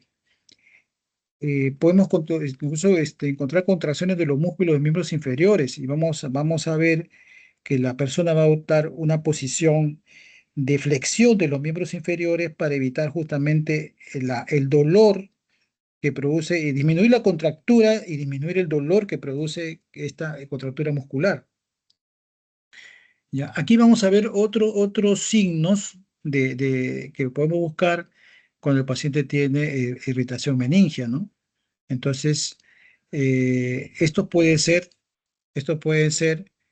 signos, como les decía, el signo de la rigidez de nuca, puede ser el signo, ¿qué cosa?, de Brusinski, que lo vamos a ver cómo se evalúa, el signo de Kerning, podemos encontrar incluso el signo de Kerning, de Brusinski, y vemos la dilatación de la pupila, eso se llama el signo de Flatau. Podemos encontrar el signo de Binda, y es una posición que tiene el paciente, ¿no? Una posición antálgica que le va a permitir disminuir, ¿qué cosa?, la contractura, por ende el dolor. Entonces, ¿qué hace el paciente? Levanta un hombro y ese hombro gira su cabeza, ¿no? Y entonces, y el brazo también lo levanta del otro lado, encontrando una posición, como le digo, que aparentemente disminuye la contractura y disminuye, pues, ¿no?, la molestia que tiene. Puede haber un fenómeno del dedo gordo de Edelman, que es similar a lo que cosa es al dedo de Babinski, se puede encontrar también, o sea, hay que buscarlo. Y podemos encontrar en el paciente que tiene una meningitis tuberculosa, ¿no?, un círculo que aparece en el iris, acá lo ven. ¿Qué le podría hacer sospechar, ¿no?, si este paciente tiene cefalea, tiene rigidez más eso? Bueno, le puedo orientar indirectamente que puede ser una meningitis de tipo tuberculoso. Y acá les hablaba, ¿no?, los signos de la rigidez del raquis, las posiciones que adopta el paciente, el signo del trípode y el signo, ¿no?, el signo del gatillo de fusil. Entonces, el examen físico, ¿cómo vamos a hacer la evaluación? Lo que uno hace es, para buscar el signo de la rigidez de nuca, lo que hay que tratar es llevar el mentón del paciente hacia el pecho, ¿no? Si ustedes lo hacen con uno de sus familiares, ¿no?, entre ustedes, qué sencillo, ¿no? Doblan el cuello y llega el mentón al pecho, ¿no? Normal. En el paciente con signo, con un problema de síndrome meningio, va a haber una rigidez, ¿no? O sea, va a haber una irritación, ¿no?, de estas eh, nervios, ¿no? Y va a haber una contractura muscular severa. Entonces, ustedes si tratan de llevar el mentón hacia el pecho, no van a poder, ¿no? El paciente, uno que siente dolor y lo otro que está contracturado, ¿no? Entonces, van a ver. Este signo puede ser, pues, ¿no?, hay una irritación severa o de repente una irritación que puede ustedes hasta cierta parte lograr que doble, pero no pega al pecho. Entonces, puede ser más intenso, ¿no? Cuando es muy intenso y la contractura es mayor, si ustedes levantan la cabeza, van a levantar parte del tórax incluso, ¿ya? Ahora, si es un paciente mayor, un paciente viejito, que tenga usted sospecha que no mueve el cuello, pues porque es viejito y tiene ya una artrosis, ¿no? Tiene una degeneración de las vértebras cervicales, entonces lo que pueden ustedes es, no puede hacer esto, ¿no? Pero lateralizan ustedes la cara, ¿no? El cuello, lateralizan. Si ese movimiento lo hace, entonces la flexión hacia el cuello es más por un cuadro meningio, ¿ya? Si no, si el paciente este, no lateraliza, es que tiene un problema, pues, toda la columna cervical, ¿ya? Entonces eso le hace diferencia. Solo el signo meningio solamente es para la flexión. A eso quiero llegar. Acá, por ejemplo, puede encontrar la rigidez del raquis, o sea, el paciente para tratar de levantarse en la cama, no puede doblar por el cuello, tampoco puede doblar los músculos de la cintura, por lo tanto, va a adoptar esta posición que es el signo del trípode. Que lo van a ver también en otra patología donde hay una contractura muscular severa. ¿Cuál es?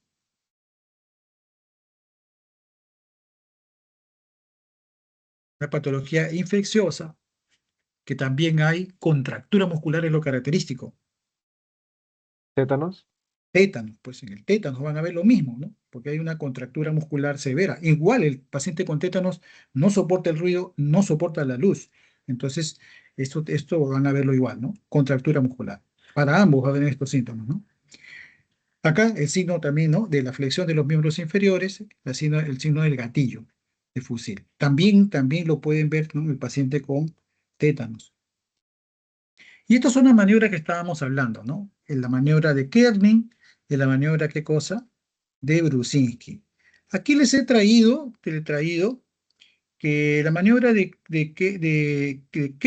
Kerning es para la parte superior, también hay, ¿no? Para la parte superior, y miren cómo está evaluando, ¿no? Le pone la mano sobre la espalda del paciente y la otra mano en las rodillas. Entonces, el signo es positivo cuando al levantar el torso el paciente, se doblan las rodillas.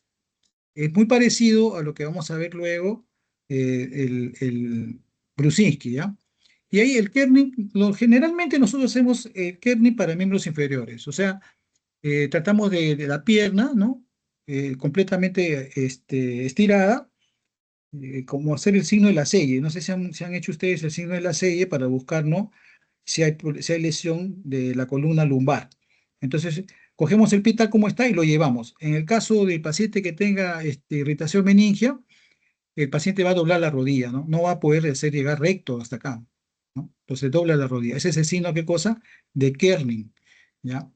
Lo que vamos a evaluar es Kerning para la parte inferior, ¿no? Y Brusinski para la parte superior, ¿no? De Brusinski. Brusinski es como hacer, ¿qué cosa? La rigidez de nuca, pero ponen la mano en el pecho ustedes, ¿no? Entonces levantan como hacer, ¿no? Buscar la rigidez de nuca, pero ponen la mano en el pecho va a ser positivo, o sea, va a haber irritación meningia cuando el paciente dobla los pies. Parecido a lo que es el Kerning, ¿no? Para la parte superior. Y le decía, ¿no? Que si ustedes hacen esta maniobra, la maniobra de Brusinski, y la pupila está dilatada, eso se llama el signo de Flatau. También es un signo, ¿no? de irritación meningia. Y también existe un Brusinski para la parte inferior. Entonces, ¿qué hacen ustedes? ¿No? Doblan, miren la rodilla, la llevan hacia el abdomen y el reflejo, ¿no? Si hay irritación meningia, es que dobla la otra pierna, ¿no? Entonces, hay Brusinski para la parte superior, Brusinski para la parte inferior, y hay kerning para la parte superior y para la inferior. Me interesa que aprendan el kerning para la parte inferior, ¿no? Y el Brusinski para la parte superior, ¿ya? Acá tengo un video para que ustedes puedan ver cómo se hace estas maniobras, ¿no? Que es lo importante, que sepan hacerlo de forma adecuada. Entonces, me dicen si hay audio, me confirman. ¿Hay audio? Aún no, doctor. Ya, entonces escuchen.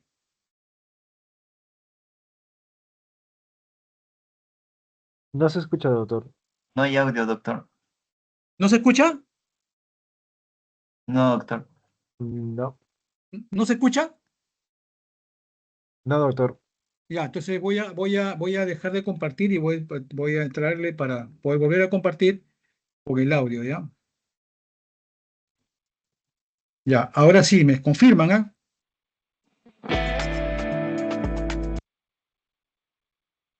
Ahora sí, Ahora sí se doctor. escucha, doctor. Ya, espera un ratito.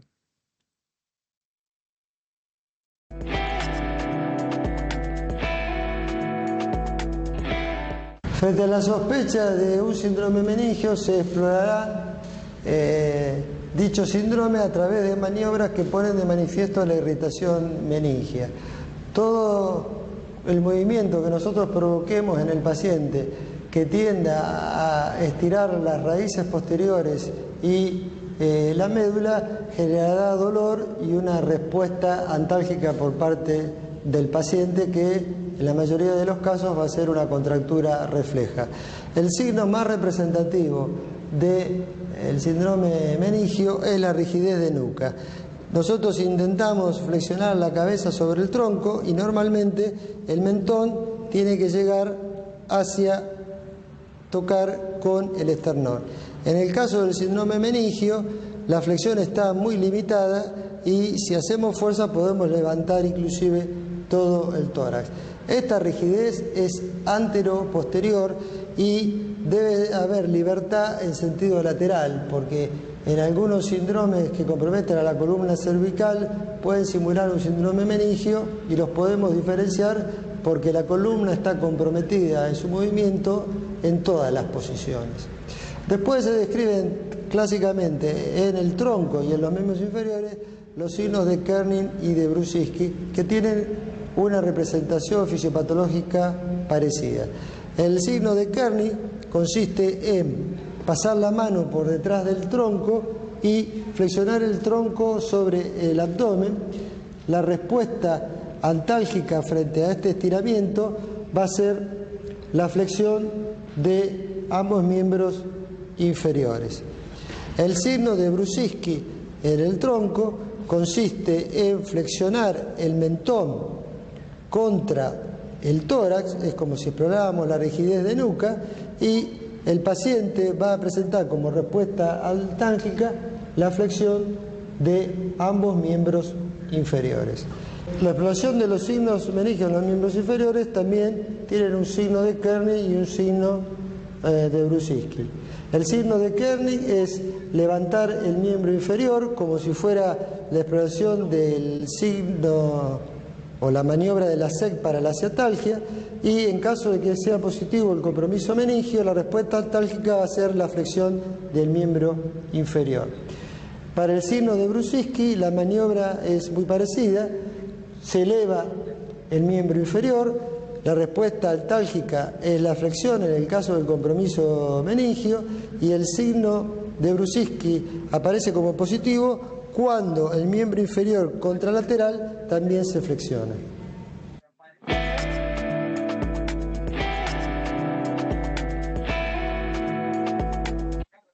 Bueno, entonces ahí han visto ustedes cómo se hace, ¿no? La búsqueda de signos meningios.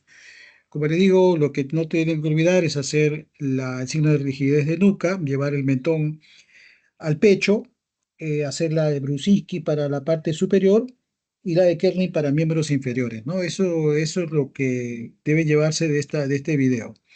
Bueno, otras manifestaciones motoras puede ver, ¿no? Signo de déficit motor focal, que puede ser sutiles o fugaces, o incluso puede ver convulsiones, problemas oculares por compromiso del tercer nervio craneal, como tosis, estrabismo, diplopia, midriasis, anisocoria, incluso la presencia de nistagmo. Y no se olvide que en pequeños ver, ¿no? Focos infecciosos, como por ejemplo la piel o focos infecciosos respiratorios, que puede de ahí ser, ¿no? el factor desencadenante que haga un cuadro meningio el paciente. Entonces su anamnesis es importante, el examen físico tener en cuenta esto para que puedan ustedes, ¿no? Rápidamente, ¿no? Decidir qué exámenes van a pedir y cómo van a hacer qué cosa en su tratamiento. Puede haber trastornos confusionales, hemos hablado también de eso, o problemas vegetativos, como aumento de la temperatura, una respiración irregular, e incluso el paciente puede hacer signos de bradicardia. El diagnóstico.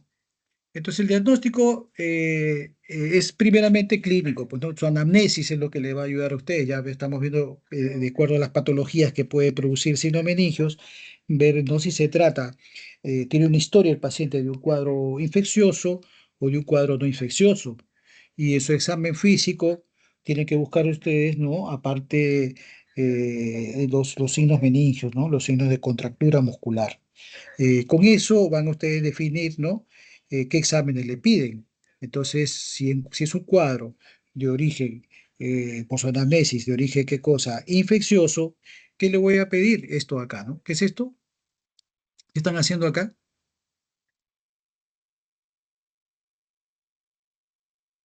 Punción lumbar. A ver, chicos, ¿qué están haciendo acá? ¿Qué están sacando? LSR en punción lumbar. Líquido cefalorraquídeo, una punción lumbar, ¿no? Y si ustedes su anamnesis les lleva por el otro lado, que sea un cuadro no infeccioso, van a pedir ustedes, ¿no?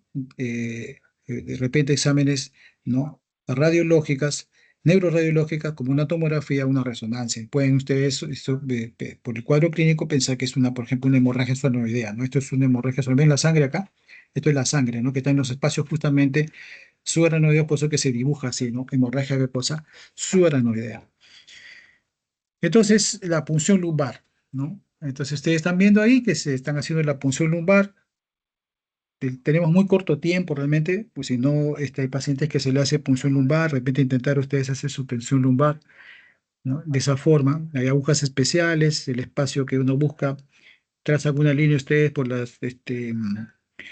eh, las espinas ilíacas posteriores, hacen una recta y ahí buscan, ¿no? El espacio interventricular, ingresan con una aguja especial y van a sacar su líquido cefalorraquídeo. Entonces, miren acá, les he puesto qué cosa. Uno, dos, tres, cuatro frasquitos para recolectar. ¿Por qué habrá cuatro frasquitos, creen ustedes?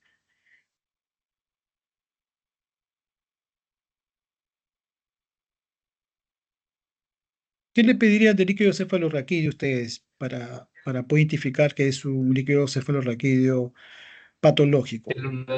Células, Ah, proteínas, glucosa, células, proteínas, glucosa, apariencia. ya. ¿Qué más?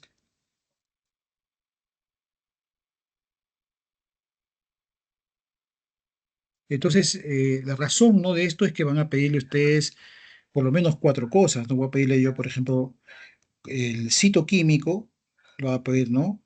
En células, va a pedirle un cultivo, ¿no? Le puedo pedir un gran y cultivo, y le puedo pedir, ¿no? Para ver si hay tuberculosis, un ADA. Entonces tengo que pedirle varios frasquitos, se sacan, ¿no? Se sacan varios frasquitos, por lo menos cuatro muestras para poder enviarle. Entonces, el citoquímico me va a dar cuál es lo normal, ¿no? Cuál es lo patológico, cuántas células tiene que tener. El cultivo me va a demorar, por supuesto, y también el A, por supuesto, ¿no? Pero yo teniendo la bioquímica y las células, yo puedo decir ante qué problema estoy, ¿no? Entonces, eso es importante que lo tengan en cuenta, ¿no? Bueno, el líquido cefalorraquídeo, miren, chicos, este cuadrito, ya saben ustedes lo normal, ¿no? Lo normal es un líquido que sea claro, límpido, incoloro, no huele tampoco, y es cristal de roca, le llaman, ¿no? No será que sea cristal de roca, pero así lo llaman, ¿no? Tiene proteínas, mire, tiene proteínas de 10 a 45. Predominando, ¿qué cosa? La albúmina, 80%. ¿Hay glucosa? Sí hay glucosa, ¿no? La glucosa es el 50% de la glucosa que hay en lo normal, ¿no? Como yo tengo 100 de glucosa, 50, pues, ¿no? El 50% que va a encontrar en el líquido cefalorraquídeo. ¿Hay cloruros? Sí hay cloruros, ¿no? Más o menos 120 equivalentes. ¿Hay células? Claro que hay células, ¿no? Pero miren la cantidad que hay, 1 a 2. Y de esas 1 a 2, ¿qué son? Linfocitos o mononucleares grandes, 1 a 2 células. Pero ¿qué pasa? ¿Qué pasa cuando yo saco estos frasquitos que estamos viendo acá, estamos viendo hasta acá, y es turbio, ya no es como claro, como lo estamos viendo ahí, es turbio, opalescente, purulento, lechoso? Eso me está haciendo pensar desde que yo lo veo nomás, que lo que estoy sacando, que es una meningitis supurada, o sea, bacteriana. Y si yo, en esos frasquitos que yo he mandado al laboratorio, al rato me traen y encuentro proteínas entre 100 a 10.000, me hace pensar que es un cuadro de una meningitis superativa. Y si la glucosa baja, ¿no? Es menos de 50, también es alta sospecha que sea una meningitis supurada. Y los cloruros pueden estar normales o bajos, pero esto es lo otro importante, miren, que hay el número de células, que era de 1 a 2, ahora hay de 50 a 100.000 células, más de 100.000. Entonces, y estas células a predominio que están de polimorfonucleares. ¿Qué polimorfonucleares serán?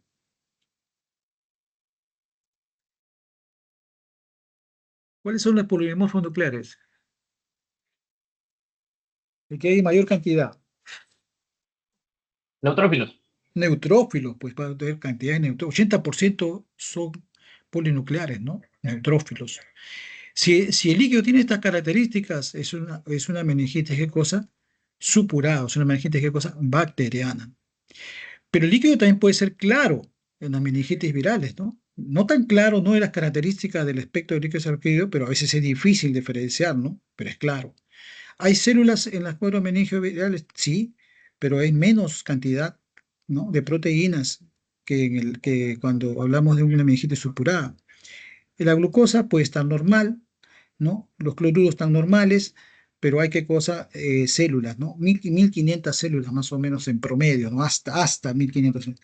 Y esas células son conformadas por linfocitos. ¿Podemos nosotros estar ante una meningitis tuberculosa? Por supuesto, ¿no? Ya hemos visto un poquito en la clínica, de repente si hay ese halo en el iris, uno puede decir.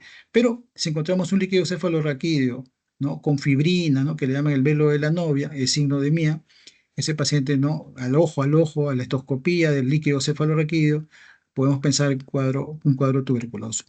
Ahora, si vemos sus proteínas, también están elevadas, pero no tanto, ¿no? Pero están más elevadas que el cuadro viral. Si vemos la glucosa, está menos de 50. Los cloruros están bajos, ¿no? Eso es un poco lo característico. Y el número de células también está aumentado, ¿no? De 50 a 100. ¿Pero qué vamos a encontrar? Linfocitos. Claro, esto está que la anamnesis le va a ayudar también, ¿no? Un cuadro de meningitis es un cuadro un poco subagudo, hace un cuadro de piel, un cuadro faríngeo y después hacen esto, ¿no? Una meningitis viral, un cuadro mucho más agudo, que el paciente hace compromiso meningio, pues puede un cuadro respiratorio alto, ¿no? Pero agudo. Y la meningitis tuberculosa son cuadros crónicos, pues, ¿no? Cuadros crónicos que el paciente va a tener sintomatología meningia, pero un paciente que quizás tiene el antecedente ya de TB, entonces de TB de repente pulmonar o TB pleural o TB renal y hace un compromiso neurológico posterior. Entonces tienen esto ustedes que les va a servir para poder sacar su líquido y va a poder identificar. ¿Por qué? Porque esto le va a servir para el tratamiento, ¿no? Si es un cuadro viral, ¿qué tratamiento le darán? Sintomático. Sintomático nada más y esperar que pase, pues, ¿no? Nada más. No voy a. Si un cuadro meningio tuberculoso, le daré pues drogas antituberculosas, ¿no? Y haciéndole, pues, ¿no? Viendo si es que ha tenido ya TB y ver, ¿no? Qué es la droga que de acuerdo al caso le conviene, ¿no? Si es un cuadro meningio, supurado, bacteriano, Tratamiento empírico es ceftriaxona con vancomicina. claro, vamos a darle qué cosa, vamos a darle cobertura antibiótica, ¿no? Dependiendo cuál es nuestra sospecha diagnóstica, ¿no? ¿Qué germen? Entonces, la pregunta es, si es bacteriano, que es lo más frecuente y lo que tenemos que tratar, ¿cuál es la principal causa de meningitis? Depende de la edad, doctor. Si es un neonato, podría ser un Streptococcus galacteae. Si es Ya, ya en tipo de adolescentes hasta adultos más tempranos, podría ser una Neisseria meningitidis, Haemophilus influenza, Streptococcus pneumoniae. Arriba de los 50 años también se describe mucho la listeria. Es por eso que le agregan amoxicilina al tratamiento empírico. Y si hay consumo de algún elemento como un queso rancio o lácteo rancios, donde contiene listeria. Aunque la listeria también puede presentarse en neonatos. ya. Entonces, sí, depende de la edad. Ya. Entonces, por ejemplo, en pacientes, ¿no? El paciente va a depender, como dice su compañero, ¿no? Hay que ver. En un estudio que todavía tiene, ¿no? Valor, en general, todas las poblaciones, ¿no? Haciendo todas las poblaciones, hay una prevalencia, ¿no? Una prevalencia del Streptococcus pneumoniae sobre la Neisseria meningitidis, ¿no? Entonces, acá tienen ustedes, ¿no? En varios países, entonces, conclusión, uno de los gérmenes, ¿no? principales es el neumococo pneumoniae, ¿ya? En general. Entonces, eso es importante porque nosotros, como dice su compañero, ya estamos viendo qué antibiótico le vamos a dar a este paciente, ¿no? Entonces, tener en cuenta eso, ¿no?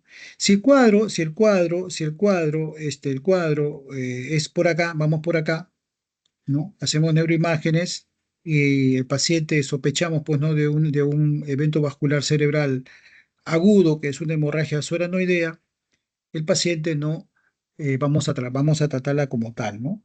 Entonces el paciente, pues, si hay una hemorragia subaranoidea, el paciente probablemente, pues, es por dos cosas, ¿no? O es un aneurisma que se ha roto, o es, ¿qué cosa? Una malformación que se ha roto.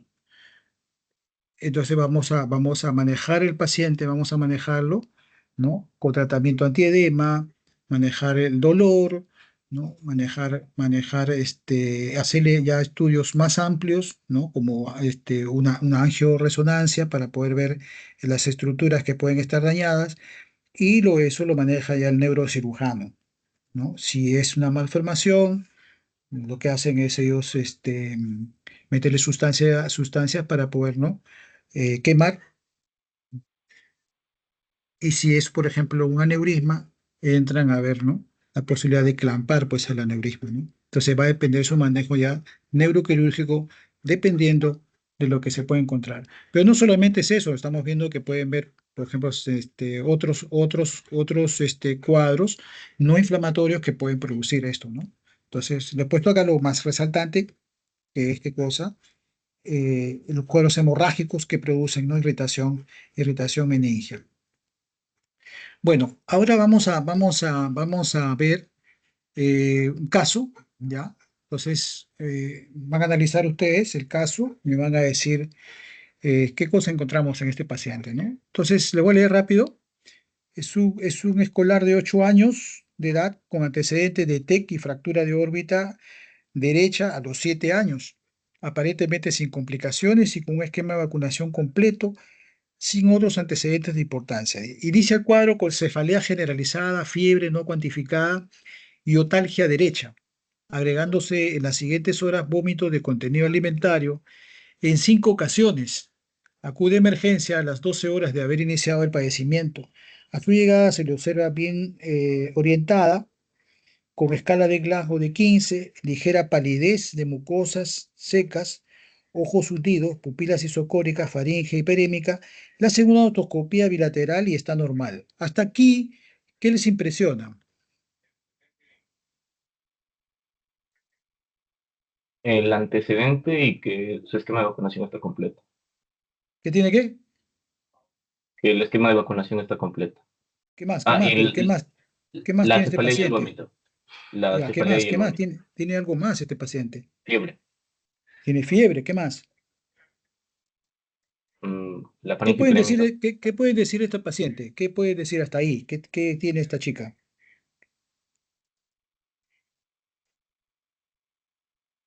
Si tiene fiebre, ¿no? Tiene la faringe hiperémica, tiene la mucosa seca, los ojos hundidos. ¿Por qué tendrá la mucosa seca, los ojos hundidos? Por haber vomitado. ¿Ah? Se deshidrató por haber vomitado. Claro, se deshidratado, pues, o sea, cuando ustedes vengan al paciente, no vayan a decir, este tiene tal cosa, no, lo que tiene en ese momento, ¿no? O sea, yo puedo decir que esta chica tiene un cuadro infeccioso respiratorio alto, porque tiene la faringe hiperémica y ha tenido vómitos. ¿Serán vómitos cerebrales?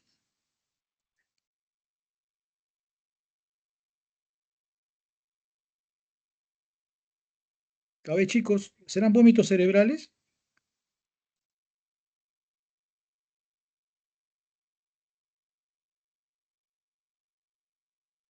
La historia no menciona que son vómitos en cohete. Ah, no dice que tiene Así. náuseas, no dice que tiene náuseas, ¿no? Pero dice son vómitos, ¿qué cosa? Contenido alimentario en 5 ocasiones. O sea, ¿qué es lo que tiene este paciente? Tiene un cuadro infeccioso respiratorio y está, ¿qué cosa? Deshidratada, ¿no? Por las náuseas que ha tenido y por la fiebre, porque dice que ha tenido, ¿qué cosa? Fiebre no cuantificada, ¿no? ¿Ya? Entonces, esta niñita está, ¿qué cosa? Con un cuadro infeccioso y tiene fiebre, ¿no? Y tiene fiebre y ha tenido náuseas, ¿no? Eso es lo que hay. Hasta ahí, ¿no? Yo no puedo decir nada más hasta ahí. ¿Algún otro intervención que les parezca? ¿Podemos decir que hay algún síndrome ahí ya? ¿Algún síndrome pueden sacar ustedes?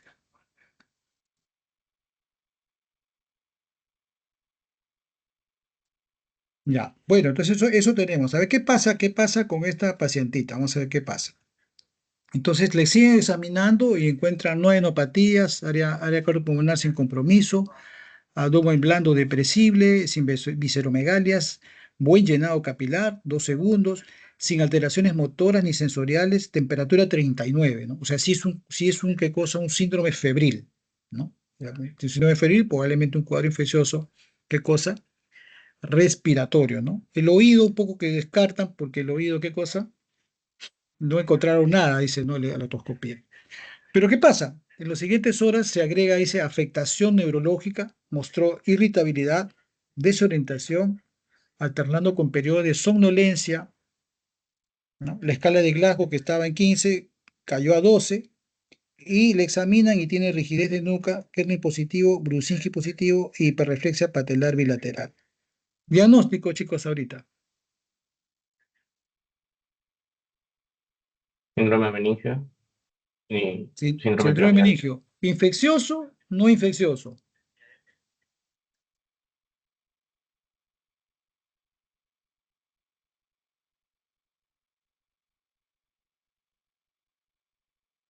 Chicos, ¿infeccioso o no infeccioso?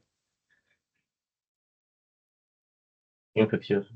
Infeccioso. Entonces, ¿qué le harían a este pacientito? ¿Qué le harían? ¿Cuál sería su plan de trabajo? Claro, le van a bajar la fiebre, le van a poner su hidratación, pero ¿qué exámenes le piden? Por supuesto, seguro le Función van a pedir lumbar. un hemograma, le van a pedir, ¿qué más le piden? Función lumbar, doctor. Una punción lumbar, ¿no? Una punción lumbar. Entonces le piden una punción lumbar y esto es lo que hayan, ¿no? Dice, se realiza la punción lumbar para el estudio y encuentran, lo que hemos dicho, ¿no? Estudio úrico es la tinción GRAN, citoquímico, cultivo, y reportan, miren, el líquido es de aspecto turbio. Si es turbio, ¿a qué les orienta? Bacteriano, viral, Bacteriano. normal, Circulativo. con proteínas no cuantificadas. O sea, hay tal cantidad de proteínas que no lo cuantifican. La glucosa está en 65 y su glucosa en sangre es de 124, está en 50% más o menos, ¿no? Tiene células, miren, células 3110 con predominio neutrófilo 100%. Y en la tinción GRAN, ¿no? Reportan cocos GRAN positivos. Y se le pide líquido cefalorraquídeo, pero todavía pues no hay, porque eso es rápido, ¿no? Entonces que a los 4 o 5 días crece, ¿no? ¿Qué hacen con este paciente?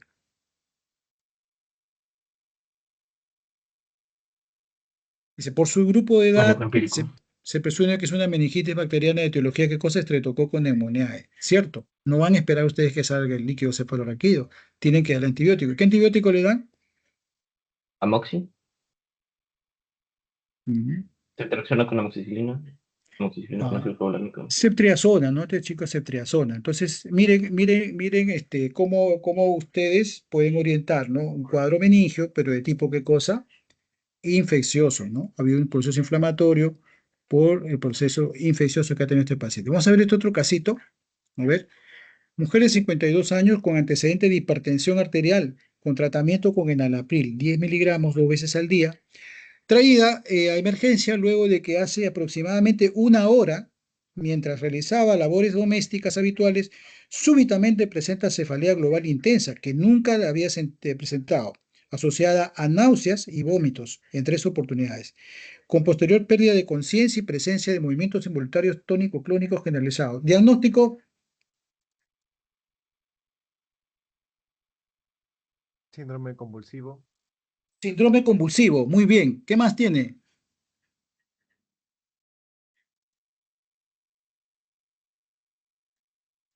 Síndrome nauseoso. Cefalea.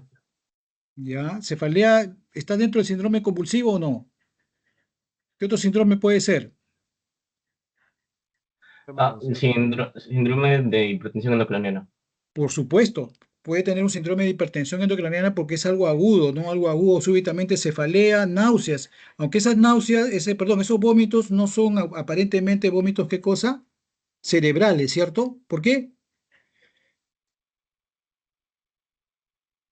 No menciono que se encuentre. Es Porque van precedidos explosivo. de náuseas, pues van precedidos de náuseas, no son vómitos explosivos, ¿no? Pero tiene cefalea esta paciente y así una cefalea muy intensa, una muy intensa y rápida evolución, ¿no? Y tiene, o sea, tiene un síndrome convulsivo, ¿no? Ahora mañana vamos a ver si es que debería llamarse síndrome epiléptico o síndrome convulsivo. Entonces tiene eso esta paciente, ¿no? Vamos a ver qué pasa, ¿no? Ya esta paciente está así, la llevan al hospital, ¿no? Ingresa a emergencia, somnolienta, con respiración espontánea, con resto de vómitos en la ropa. Progresivamente recupera la conciencia y refiere cefalea, además de no recordar cómo llegó al hospital, o sea, tuvo trastorno de conciencia, y refiere malestar por la luz. ¿Qué es el malestar por la luz? ¿Cómo se llama eso? Fotofobia.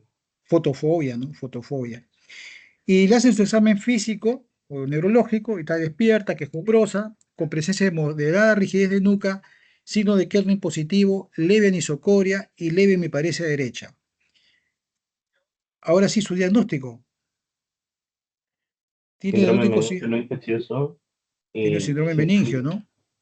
síndrome piramidal por me parece podría Tiene un ser síndrome otro. probablemente piramidal, aunque no le han hecho qué cosa, no le han hecho Babinski, no hay reflejos, ¿no? Pero entonces, esta paciente pregunta, es una paciente con un síndrome meningio, aparte del síndrome de hipertensión arterial, que por supuesto lo debe tener, y del síndrome, ¿no? Epiléptico, ¿no?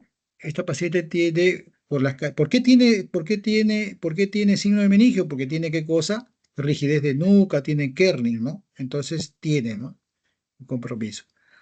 Entonces, esta paciente, ¿qué le pedirían ustedes para hacer su diagnóstico? Un TAC. Está con el enalapril Una dos veces sin tomografía, hipertensión. ¿cierto? Una tomografía. Entonces, a esta paciente le hacen una tomografía y van a encontrar esto, chicos. Ve. Esto acá, esto, esto. Esto se encuentra. Es una hemorragia, ¿qué cosa? Subaranoidea, ¿no? Es una hemorragia subaranoidea, esta paciente, una hemorragia subaranoidea, y esta paciente, ¿no? Se le hace pues la tomografía y encuentran una hemorragia subaranoidea. ¿Y qué tiene pues esta paciente? Síndrome de hipertensión endocraniana, signos meningios y síndrome convulsivo también, ¿no? Entonces, miren, que el enfoque le he querido hacer así práctico para que ustedes cuando hagan su anamnesis lo puedan tomar así, ¿no? Síndrome de meningio, de origen infeccioso, no infeccioso, y les puedo orientar su anamnesis que les va a ayudar a ustedes a determinar qué estudio complementario tienen que hacer y el manejo del paciente que es distinto, ¿no? Entonces, no sé si hay alguna pregunta, algún comentario.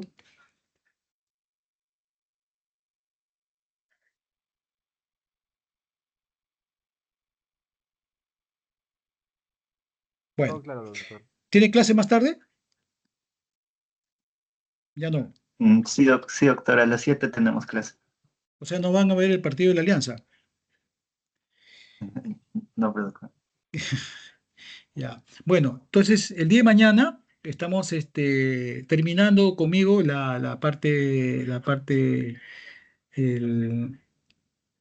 de las clases y la revisión de síndrome convulsivo, ¿no? Entonces, busquen las definiciones, ¿no? Busquen definiciones, ¿no? ¿Qué cosa es síndrome epiléptico? ¿Qué es síndrome convulsivo? ¿Qué es estado epiléptico? ¿Qué es crisis epiléptica? ¿Qué cosa es epilepsia? A esas definiciones, ¿no? Y revisen bien la fisiopatología, ¿no? La fisiopatología es importante, como han visto, para poder nosotros determinar las causas que pueden producir, ¿no? ¿Qué causas pueden producir las convulsiones? Y después, antes de hacer la sintomatología, ahí es importante, ¿no? Ver la clasificación, cómo se clasifican las convulsiones, ¿no? Entonces, revisen el ILAE 2025, porque ha variado, ¿no? Ha variado en relación al ILAE 2017, ¿no? Y eso ha variado incluso al 2017 había ciertos cambios muy marcados en relación a lo que podemos encontrar a veces en los libros, ¿no? Que clasificaban como el gran mal, el pequeño mal. Entonces de eso ya no vamos a hablar, ¿no? Vamos a hablar, ¿no? Un poco de la clasificación del año 2025.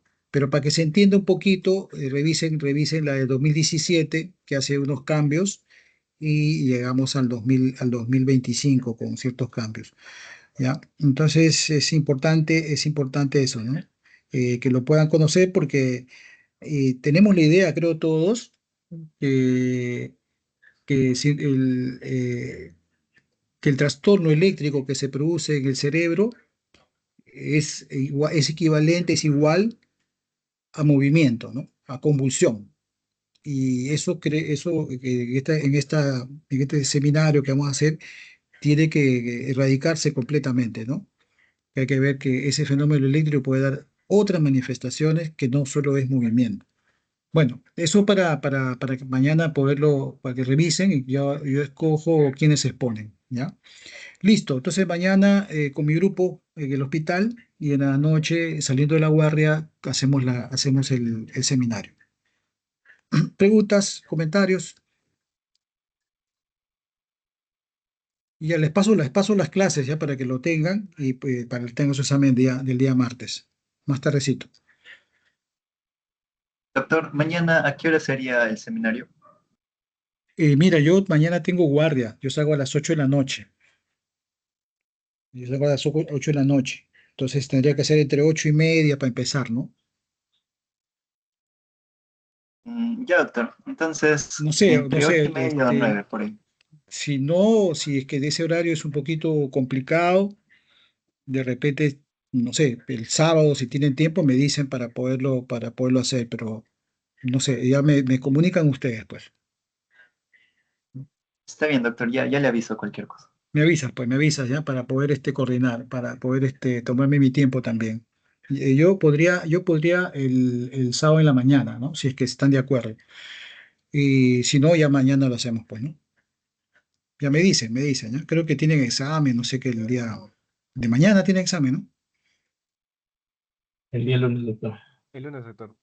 Ah, el lunes, ya. Bueno, entonces cualquier cambio y lo que estamos conversando ya me avisan. Listo, chicos, nos estamos Listo, viendo. doctor, gracias por la clase. Ya, Muchas ya, gracias, doctor. nos vemos, chicos, nos vemos. Hasta luego, doctor. Muchas Hasta gracias. luego, hasta luego, hasta luego, cuídense.